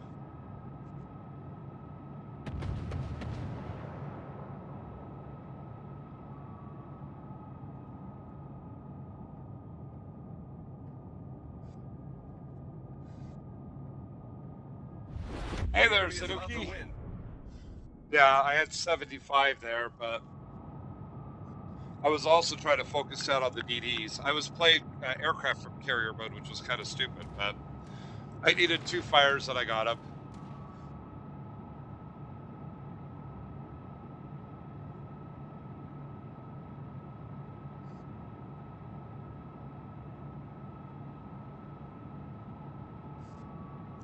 Our tall end is back. Yeah, 4K torps. Unless somebody pushes through there, dude, you're not hitting anything.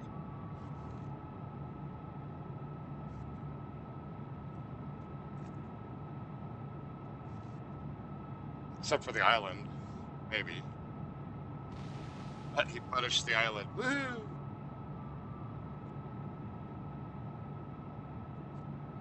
Outside of the torps that the tall end has, if you got to do a straight up roll with the Moscow would win.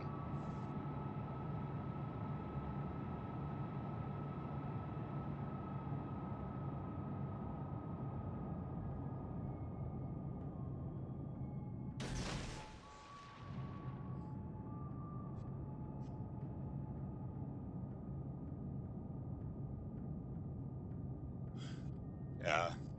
There's nothing this guy could do. If he was going to do it, he should have done it early on, but he's just playing really... He's trying to bow tank.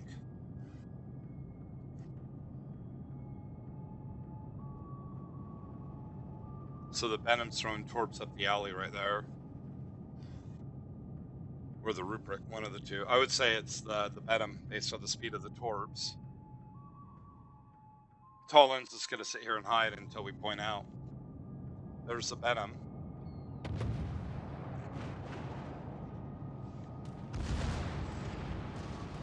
Oh, he's going for a torp point. Oh, wow. Bye-bye, tall end. You're eating at least 3 of these. Possibly 4. There's 2. Yeah, he would have eaten 4. They're Jap torps, so he's hitting them on the side, so yeah. Dude was dead. Thank you, guys. We got a crack at likes on YouTube. So I got the fires. I got the personal challenge shed for the Mediterranean, which is cool. Don't know where I'm at on the super ship tokens. Oh, let's see if we get one this time. Oh, super ships. Oh, hell yeah. I get to try a new toy. I get to try a new toy. Oh, 10. Yes. Yes. Yes. I wanted to try these bad boys out. So we're going to go here. We're going to go to Super Ships. These are technically tier 11s. Okay. I think I'm going to stick with these today because they look like they're going to be fun. So there's quite a few of them here. There's the Satsuma. But I wanted to try the Eagle. Okay, so we're going to go to, where is it? Come on, minimize. Okay, so the Eagle's British. We're going to throw my Audacious Commander on here.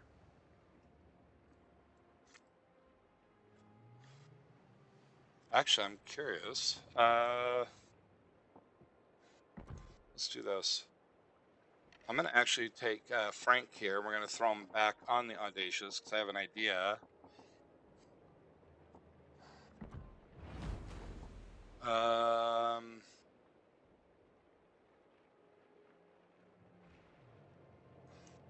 Come on, Frank, you're going back. So we're going to go over here to the Eagle. And let's see, what high point commanders do I have that are not on a aircraft carrier? It will take Dunkirk.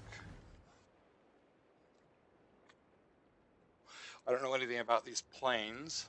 If they're traditional, they're slow. Yeah, they're... God, that's... Oh, wait, this is Torps and Payload 1, so this is actually... So these are the regular ones. God, they're... Okay, 142, I was reading that wrong. So they're decent. They're a little bit on the slow side. So what we're going to do... Prep time down. We're going to need health. We need survivability expert. Actually, let's see. Yeah, I'll throw that because that's good for the torps. We're going to want survivability. We're going to want armor. Going to want this one. Site stabilization.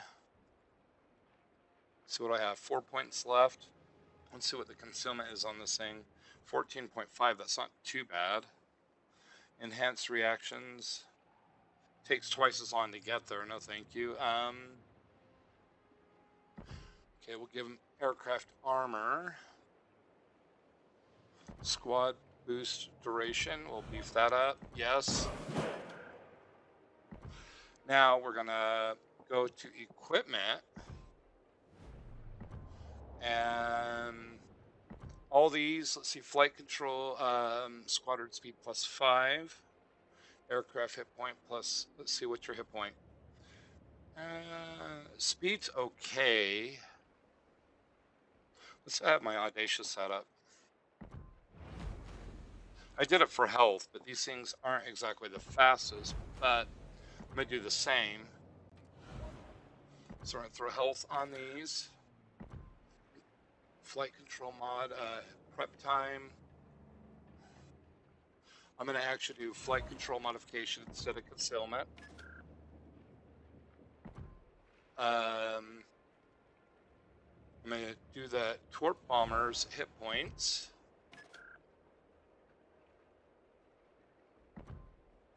Mod 1, Torp speed +5%. What's the Torp speed on these? Torpedo Bombers. Torp speed's 35 knots, so we're going to do that. Should pick it up to about 36, 37. Boost duration +10%. I try to focus more on the planes. Speed of returning squadrons. I want them here faster so I can launch them faster. So that's pretty much the gist that we're going to do. I need to do the exterior. It's premium, so I should have some pretty good armor set up. I mean camo in that. We want to get our flag up. So we'll get this. And I'm just going to throw the Halloween up because that just looks cool. Oh wait, I only threw one up. That sucks. Okay. Oh, I don't have it. That's why. Here, we'll just throw this one up. Battle of Jutland. Let's see what camos. This should have a premium camo on it. Yep. The camos are different than tanks. Tanks, they stick for the whole duration. This one, if they're regular camos, they only stay for one battle. Unless they're premium camos, and they stay for the whole time, but they get really good perks on this. So fire extinguishing time, we're going to throw that on. I want to throw AA on this, because even when it's got good AA, it's just going to make it scarier. I shouldn't have to worry about the ship detonating. We're going to do rockets. Do the fires. Flooding.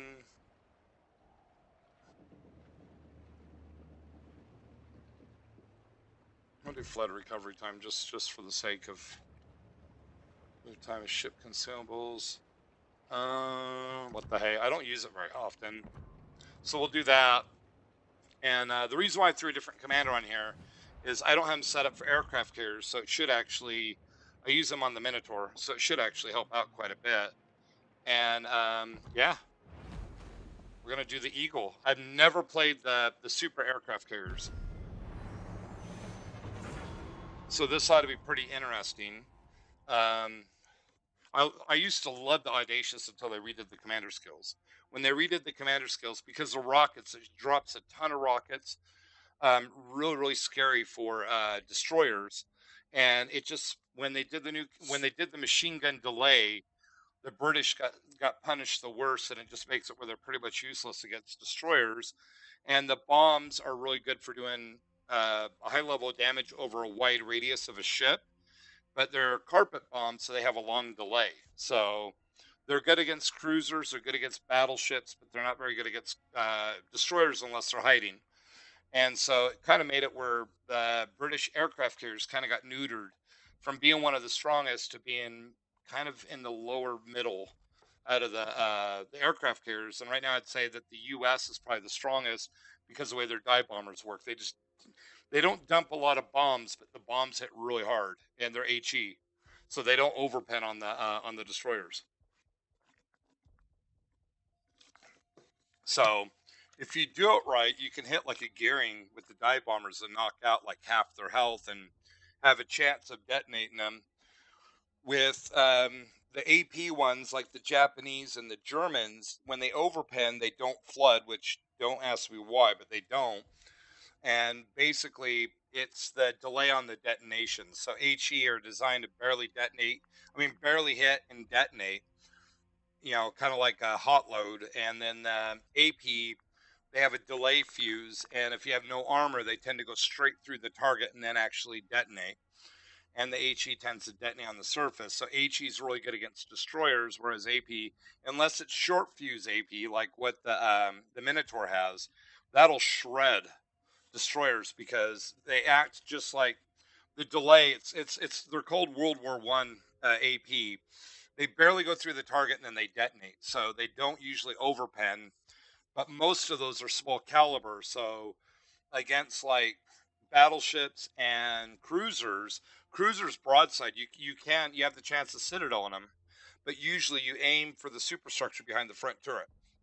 And because the superstructure doesn't have a lot of armor and it doesn't saturate damage like the whole of the ship does, you got a battleship that goes broadside to a Minotaur.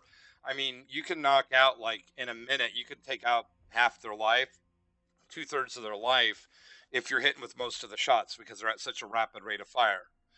But if you shoot at the lower end, but the only place you can hit is right here, if you look where my mouse is, or at the very back end right here, because that's superstructure and there's not a lot of armor. Here you got to be careful on battleships because the steering gears are actually armored.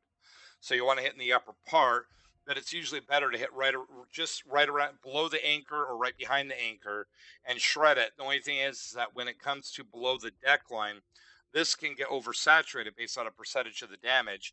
Everything between the turrets up here can't. So this here, if you get 5,000 damage on the first salvo before they blow up, if you hit them here again, you're still going to do 5,000 for the exact same hit if RNG is giving you the same bonuses.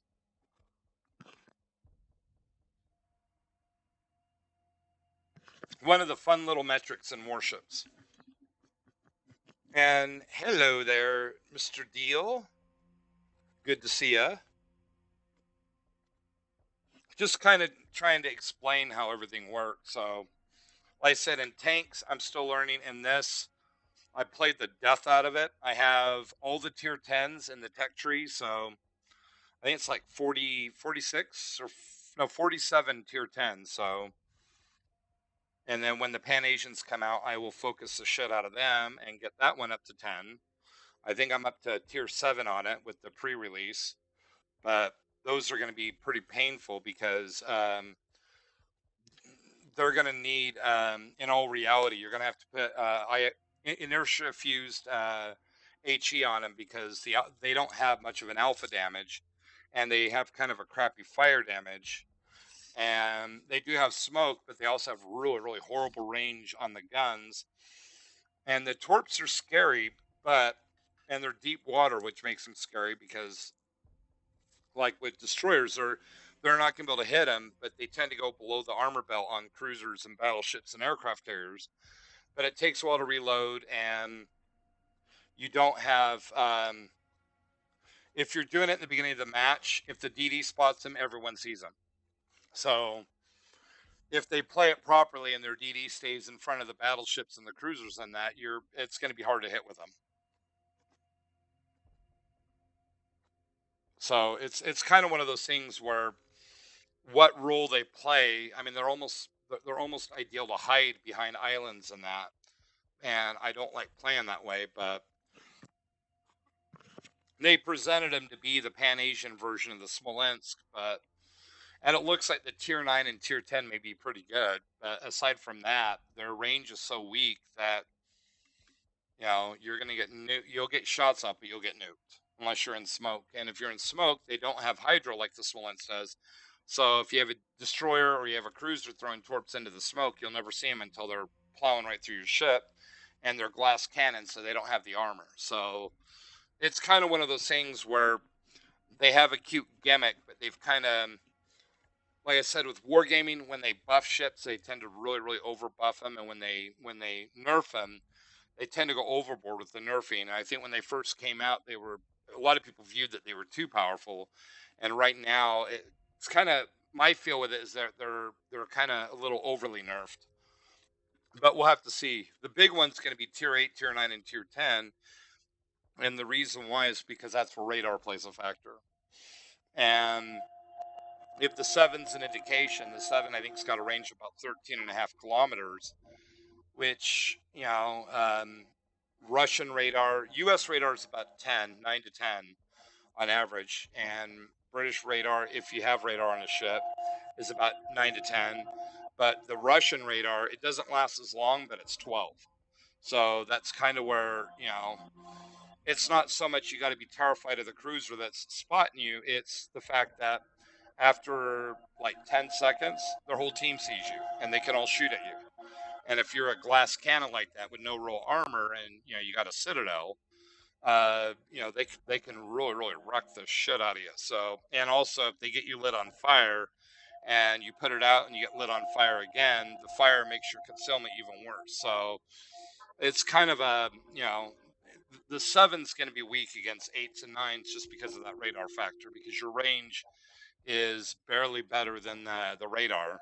And I don't know about the 8, 9, and 10 because they don't have it where you can just tech tree them up. You can't research them.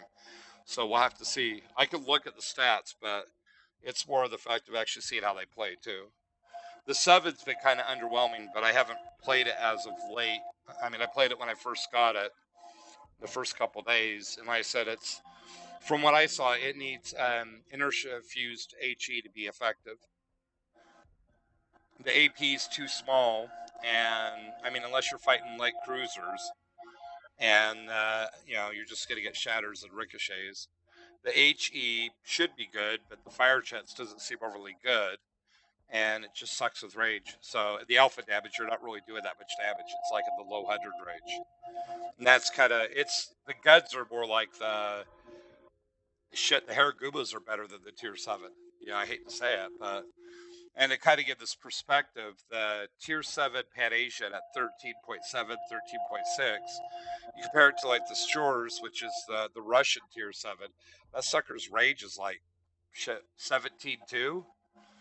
Most of the ships at Tier 7 have got usually about 16, high 15 to mid 16 kilometer range. So you're kind of at a disadvantage in terms of range. You don't have the armor. The only thing that you have that's fairly scary is smoke and deep water torps. So most ships at that point too, with the exception of the Italians, also have hydro. So if they have hydro running, they're going to see your torps. So, and you're not going to see other people's torps if you're hiding in smoke. So it kind of makes it into a ship that's ideal for camping, hiding behind islands. And, you know, if you certain aircraft carriers could really rock in that respect, going after ships like that, and certain light cruisers. And that's where like the British ones, because the rounds tend to be floaty. The Japanese gunboats, they tend to be floaty. There's ships of this that could really punish people for hiding. And then if you're hiding and you're not careful, and somebody hits hydro right on the other side of the island, or they hit radar, you're going to get spotted. And if anybody's got a line of sight to hit you, that's where, you know, they're either going to overped you or they're going to citadel you, depending on how good the shots are. So, and they also don't have heals. So most ships, like at Tier 8 and Tier 9, they have heals. And I don't know if these do at those tier range. I would assume at Tier 9 and Tier 10 they do, but I don't know. So it's kind of one of those things we'll have to wait and see what happens. And sorry, Cody, for the wait. It's because I'm playing one of these ships. But I really wanted to see how it plays. I've been itching to play this thing.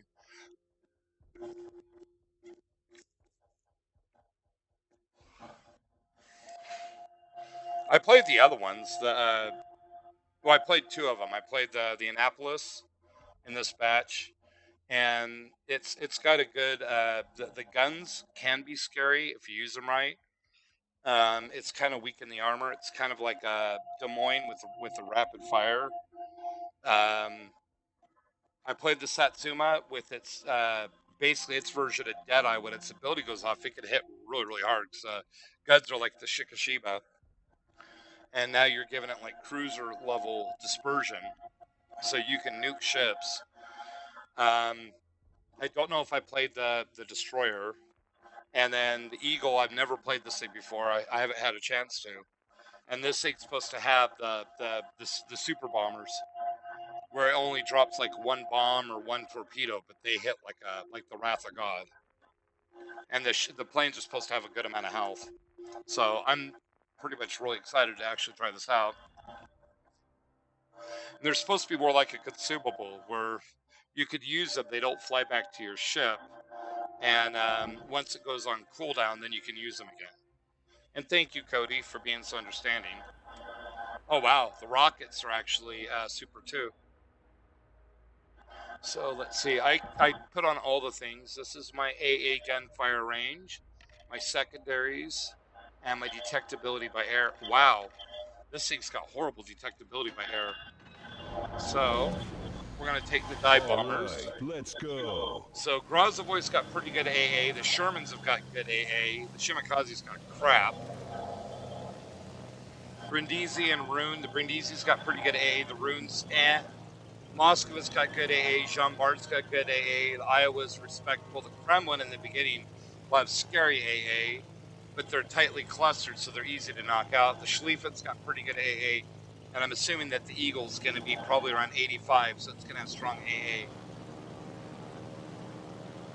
So there's right now my first goal is to spot the enemy ships and try to focus down on the destroyers. And my planes are detected, so I know there's something around here. There's the Iowa. There's the Schlieffen. There's the Jean Bart. The Iowa and the Jean Bart I want to stay away from because they're going to have overlapping AA. I don't know what else is over here. I'm going to hide a little bit. Let's see. Okay, so there's something else here. There's the rune. Okay, I'm gonna go after the Schlieffen.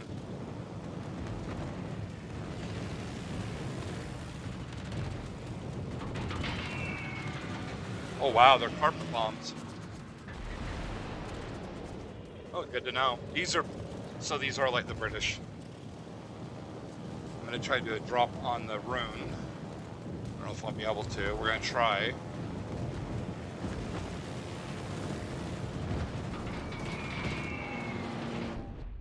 And we'll get the torps out. So it doesn't look like they have a DD over here. We have two. I should go after the one in B because I'm betting they have at least one in there. And if I had to guess, I'd say probably either the Shima or both of the Shermans. So what I'm going to do is I want to protect our destroyers and try to go after theirs.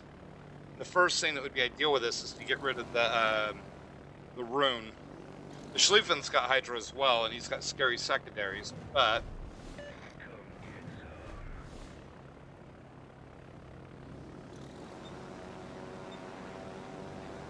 I know, I gotta push up there, otherwise they're gonna push straight through. So what we're gonna do, I'm gonna heal.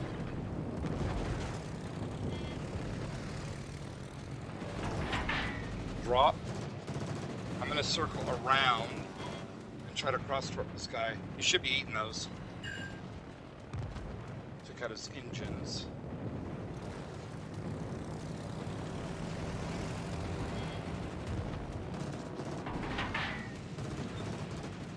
Okay, so now, so the Grozovoy, okay. There might be a Shima down here too. Where's the hammer when you need one? I gotta help out the Shima. Time for some fisting. Okay, so it looks like there's a DD over there.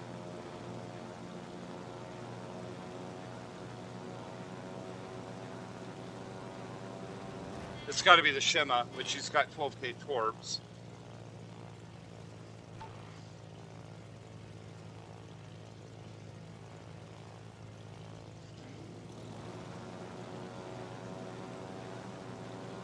Undetected, so yeah, there's a DD over here. If I spot him, I will drop fighters over him so people can fire down on him.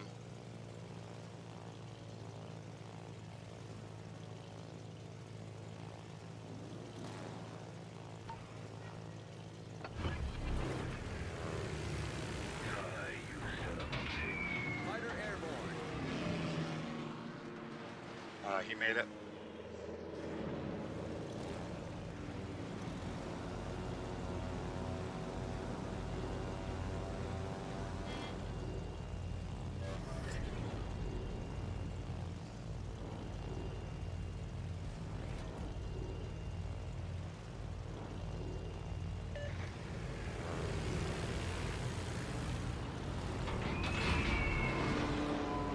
I thought he'd stop. Yeah, this should help.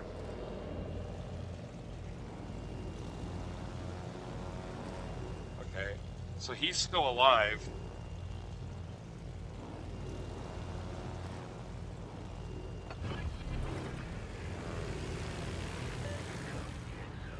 Fighter airborne. Oh, damn. You got around him.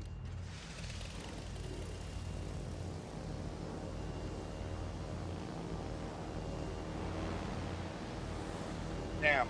Ding, ding, ding, ding. He's hiding in smoke. No, he isn't.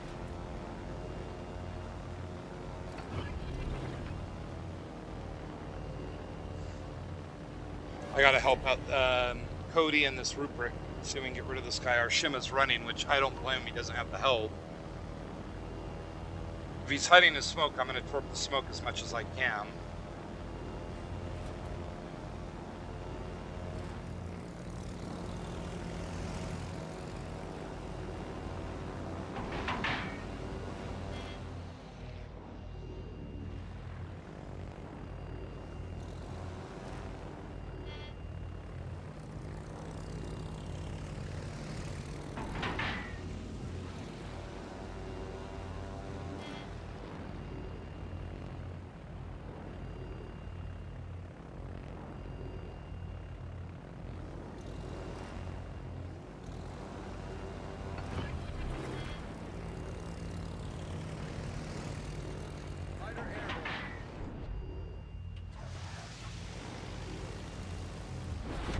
Sorry, Cody. I forgot that this thing's British, so the carpet bombs. All aboard the Midtown Express to hell.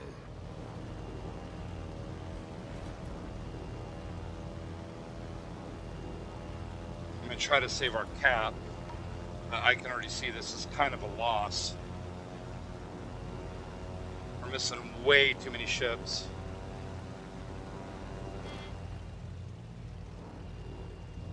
Well, the problem we had is we didn't have any cruisers over there to try to supplement this. And I'm getting these things focused down.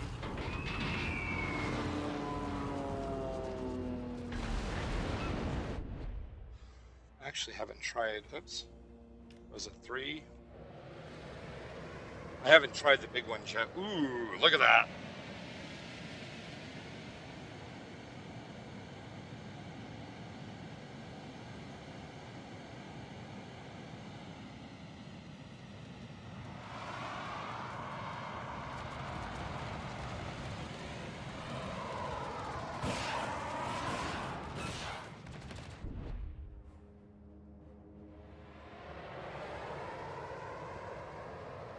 Wow, I love these. I didn't know how they were going to shoot. I was able to get some hits on the Graz, but just flipping fast. Holy cow.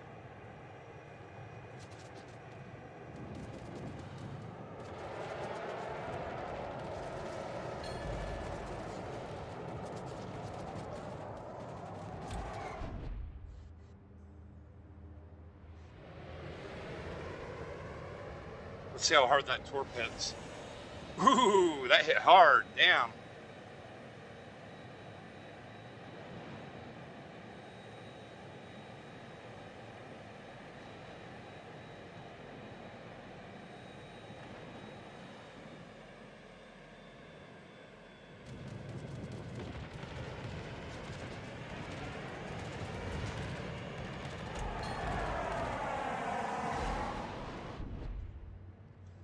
God, I like that.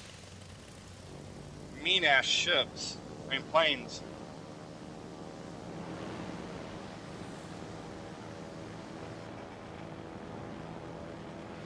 I gotta try this thing again if that's cool with you.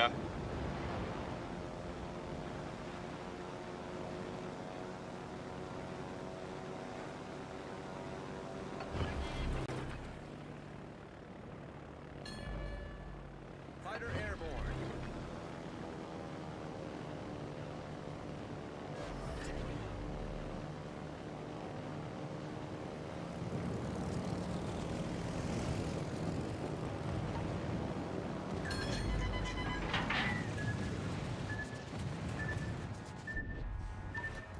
How you missed.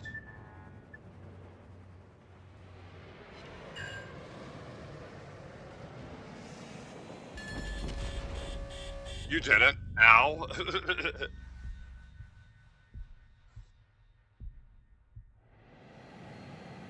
Half man, half animal, all dead.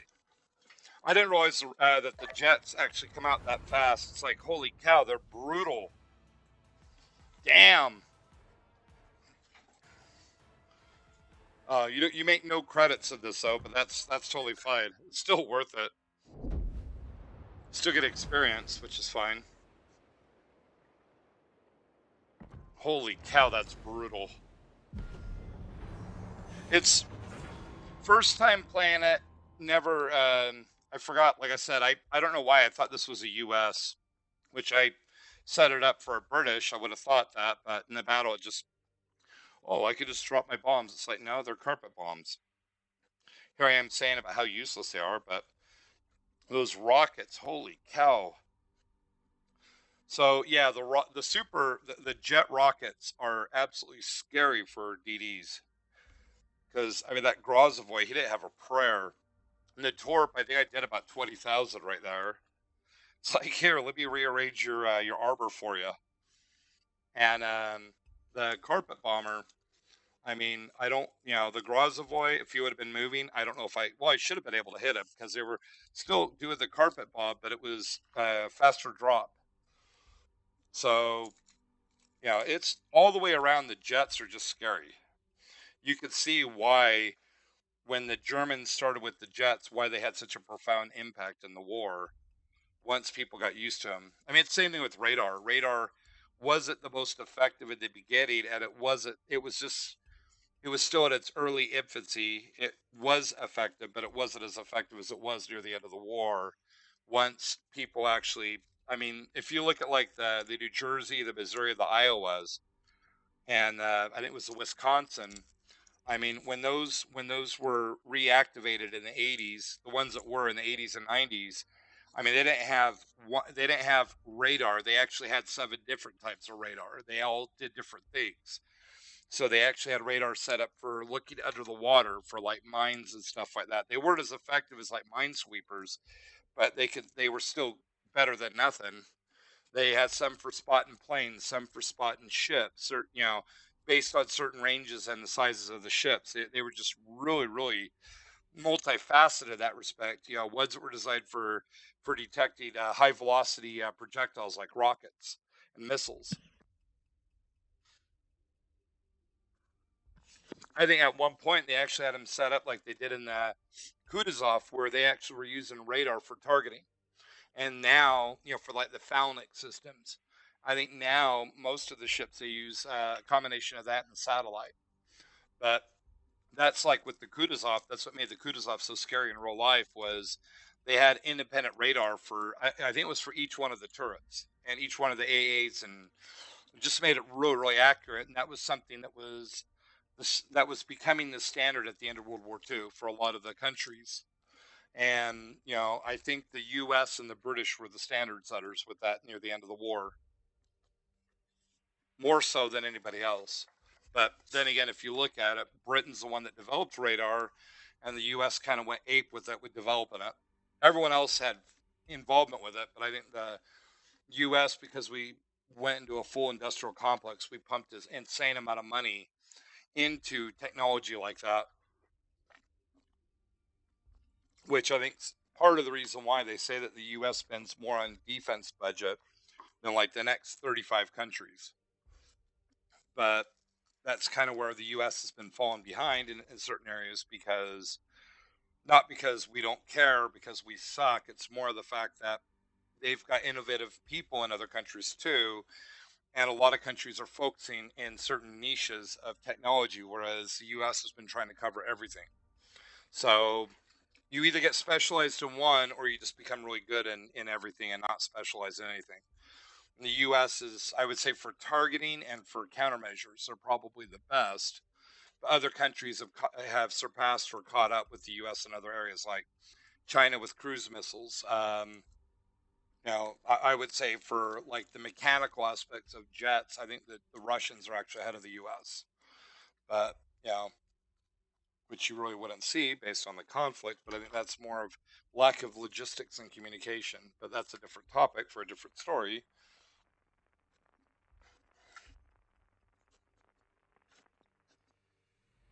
Oh, wow. Okay, so they have the Worcester, which is scary, but we have the Holland and a Minotaur. Holy cow. So we should have the advantage here. God, really tiny. Sorry again, Cody. It's my fault.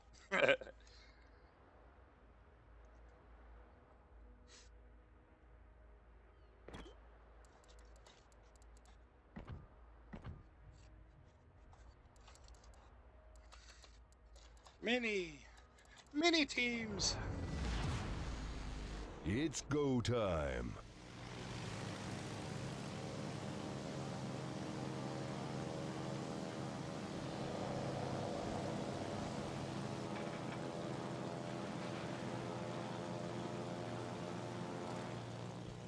Well, they've only got 2 DDs. No, they have 3. Wow. Okay, so we have 2 battleships and they have 1 extra DD. That's why.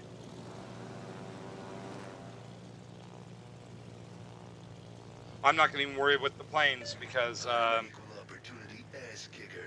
the Holland should chew them up. Just be on the safe side. I'm going to throw these suckers up. Try to give whatever help I can. Yeah, he's trying to chase me down to get my... Oh, wait. Oh. Damn, look at that. My fighters are already out and they're going after him. Holland should chew up the rest. I forgot those are the super. They should be. I don't know. But he lost about half. Okay, so there's the Montana. And the U.S., United States, which is the other super carrier.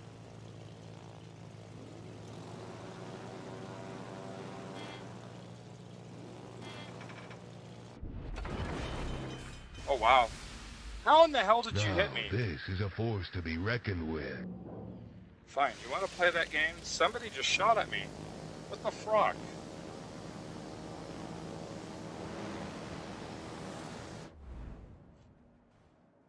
I could do this all day. Fine, you want to play that game? I will play that game.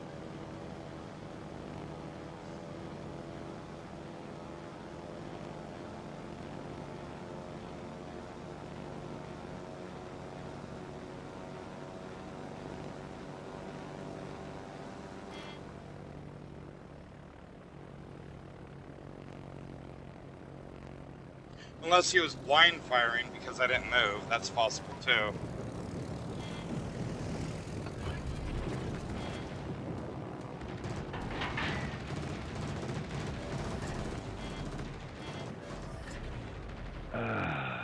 Much better.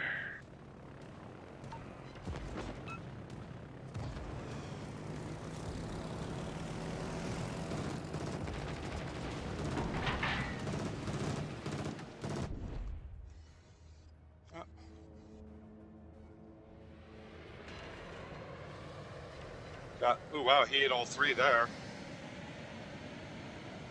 Hey there, Z52. Guess what? I got a toy to play with you.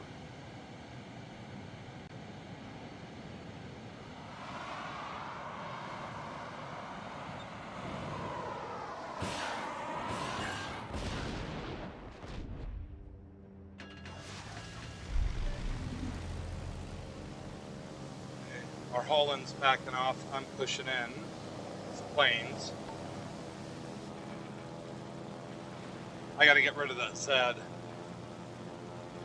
Cody's pushing in hard. Our Holland's playing way, way passive.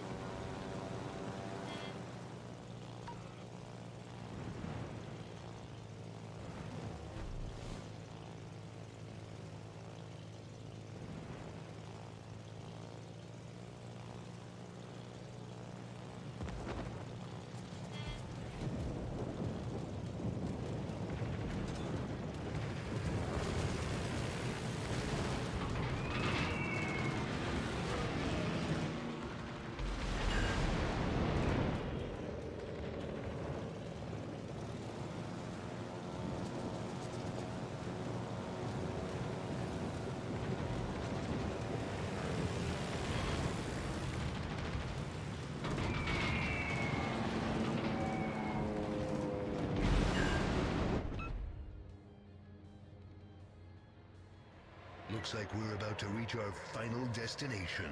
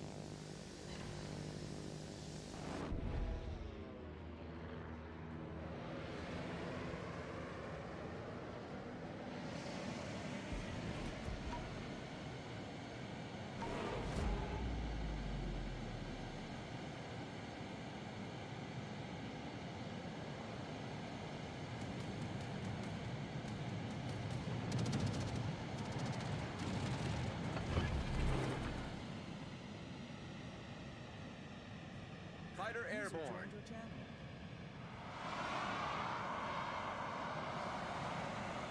Hey there, Just in Pappy. time. Pretty good. Playing the special the super carrier. Yeah, one of the likes on YouTube is mine. I've been watching you. Oh, thank you. There's not too many videos of yours that I don't at least watch at least, you know, 30 minutes to an hour of. Okay, so I appreciate that. Now we get to see if I can do my drop here because, and Sam, these things don't turn worth shit. Fighter destroyed.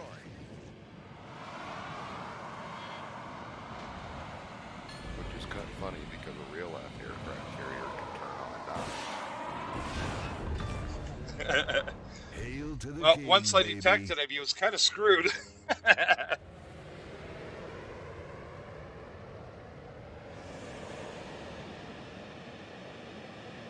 Just like the speed of an aircraft carrier that they release to the public is Oh, complete shoot. bullshit. Oh, shoot.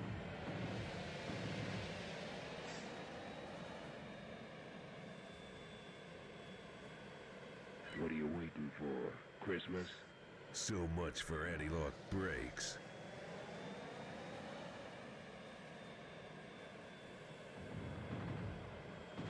I know for a fact the USS Nimitz can do 76 miles per hour in the ocean.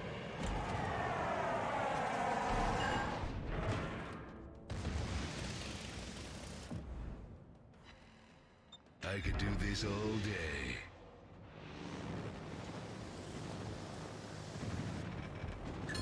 How do I know? We got board, we got radar guns. Fighter airborne.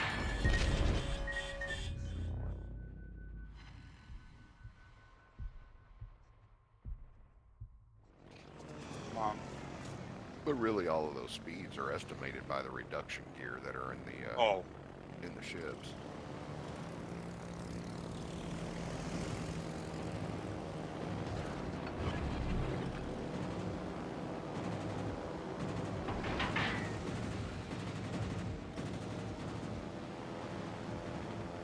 God, their clip air played that really smart. Yeah, earlier I was on playing ranked. Got a fucking Kraken. Wow. Yeah, in ranked. It's like I said, yeah, I'm getting real tired of having to carry my teams to win.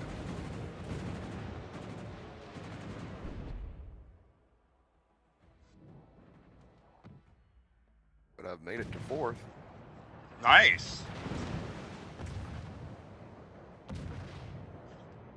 The only thing I don't like about the way they have the rank set up is once you make it through the Bronze League and you get to the Silver League, you gotta wait till the next rank battles to begin before you can start working up on the Silver League. Well, the thing I think it's stupid is I still think it'd be cool if they gave you the awards for the lower leagues. I understand why they don't, because then all you have to do is just get up to the top league and abuse the hell out of that with each reset. Yeah. Well, you get steel. What is it, about 800 steel to 1,000 steel for the first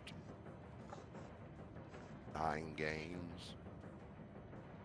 For every win, you get like 200 steel for so many games, and then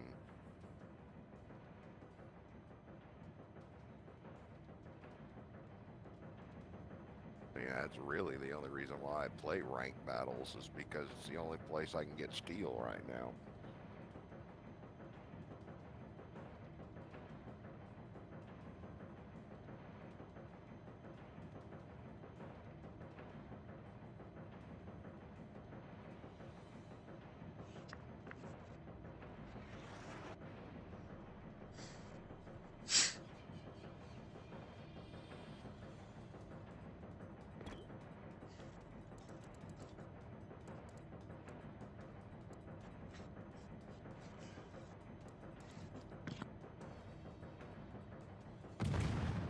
I'm gonna have to actually kill the stream for just a couple seconds. I gotta reboot the router. Hopefully it doesn't kill everything, but we'll see. 'Cause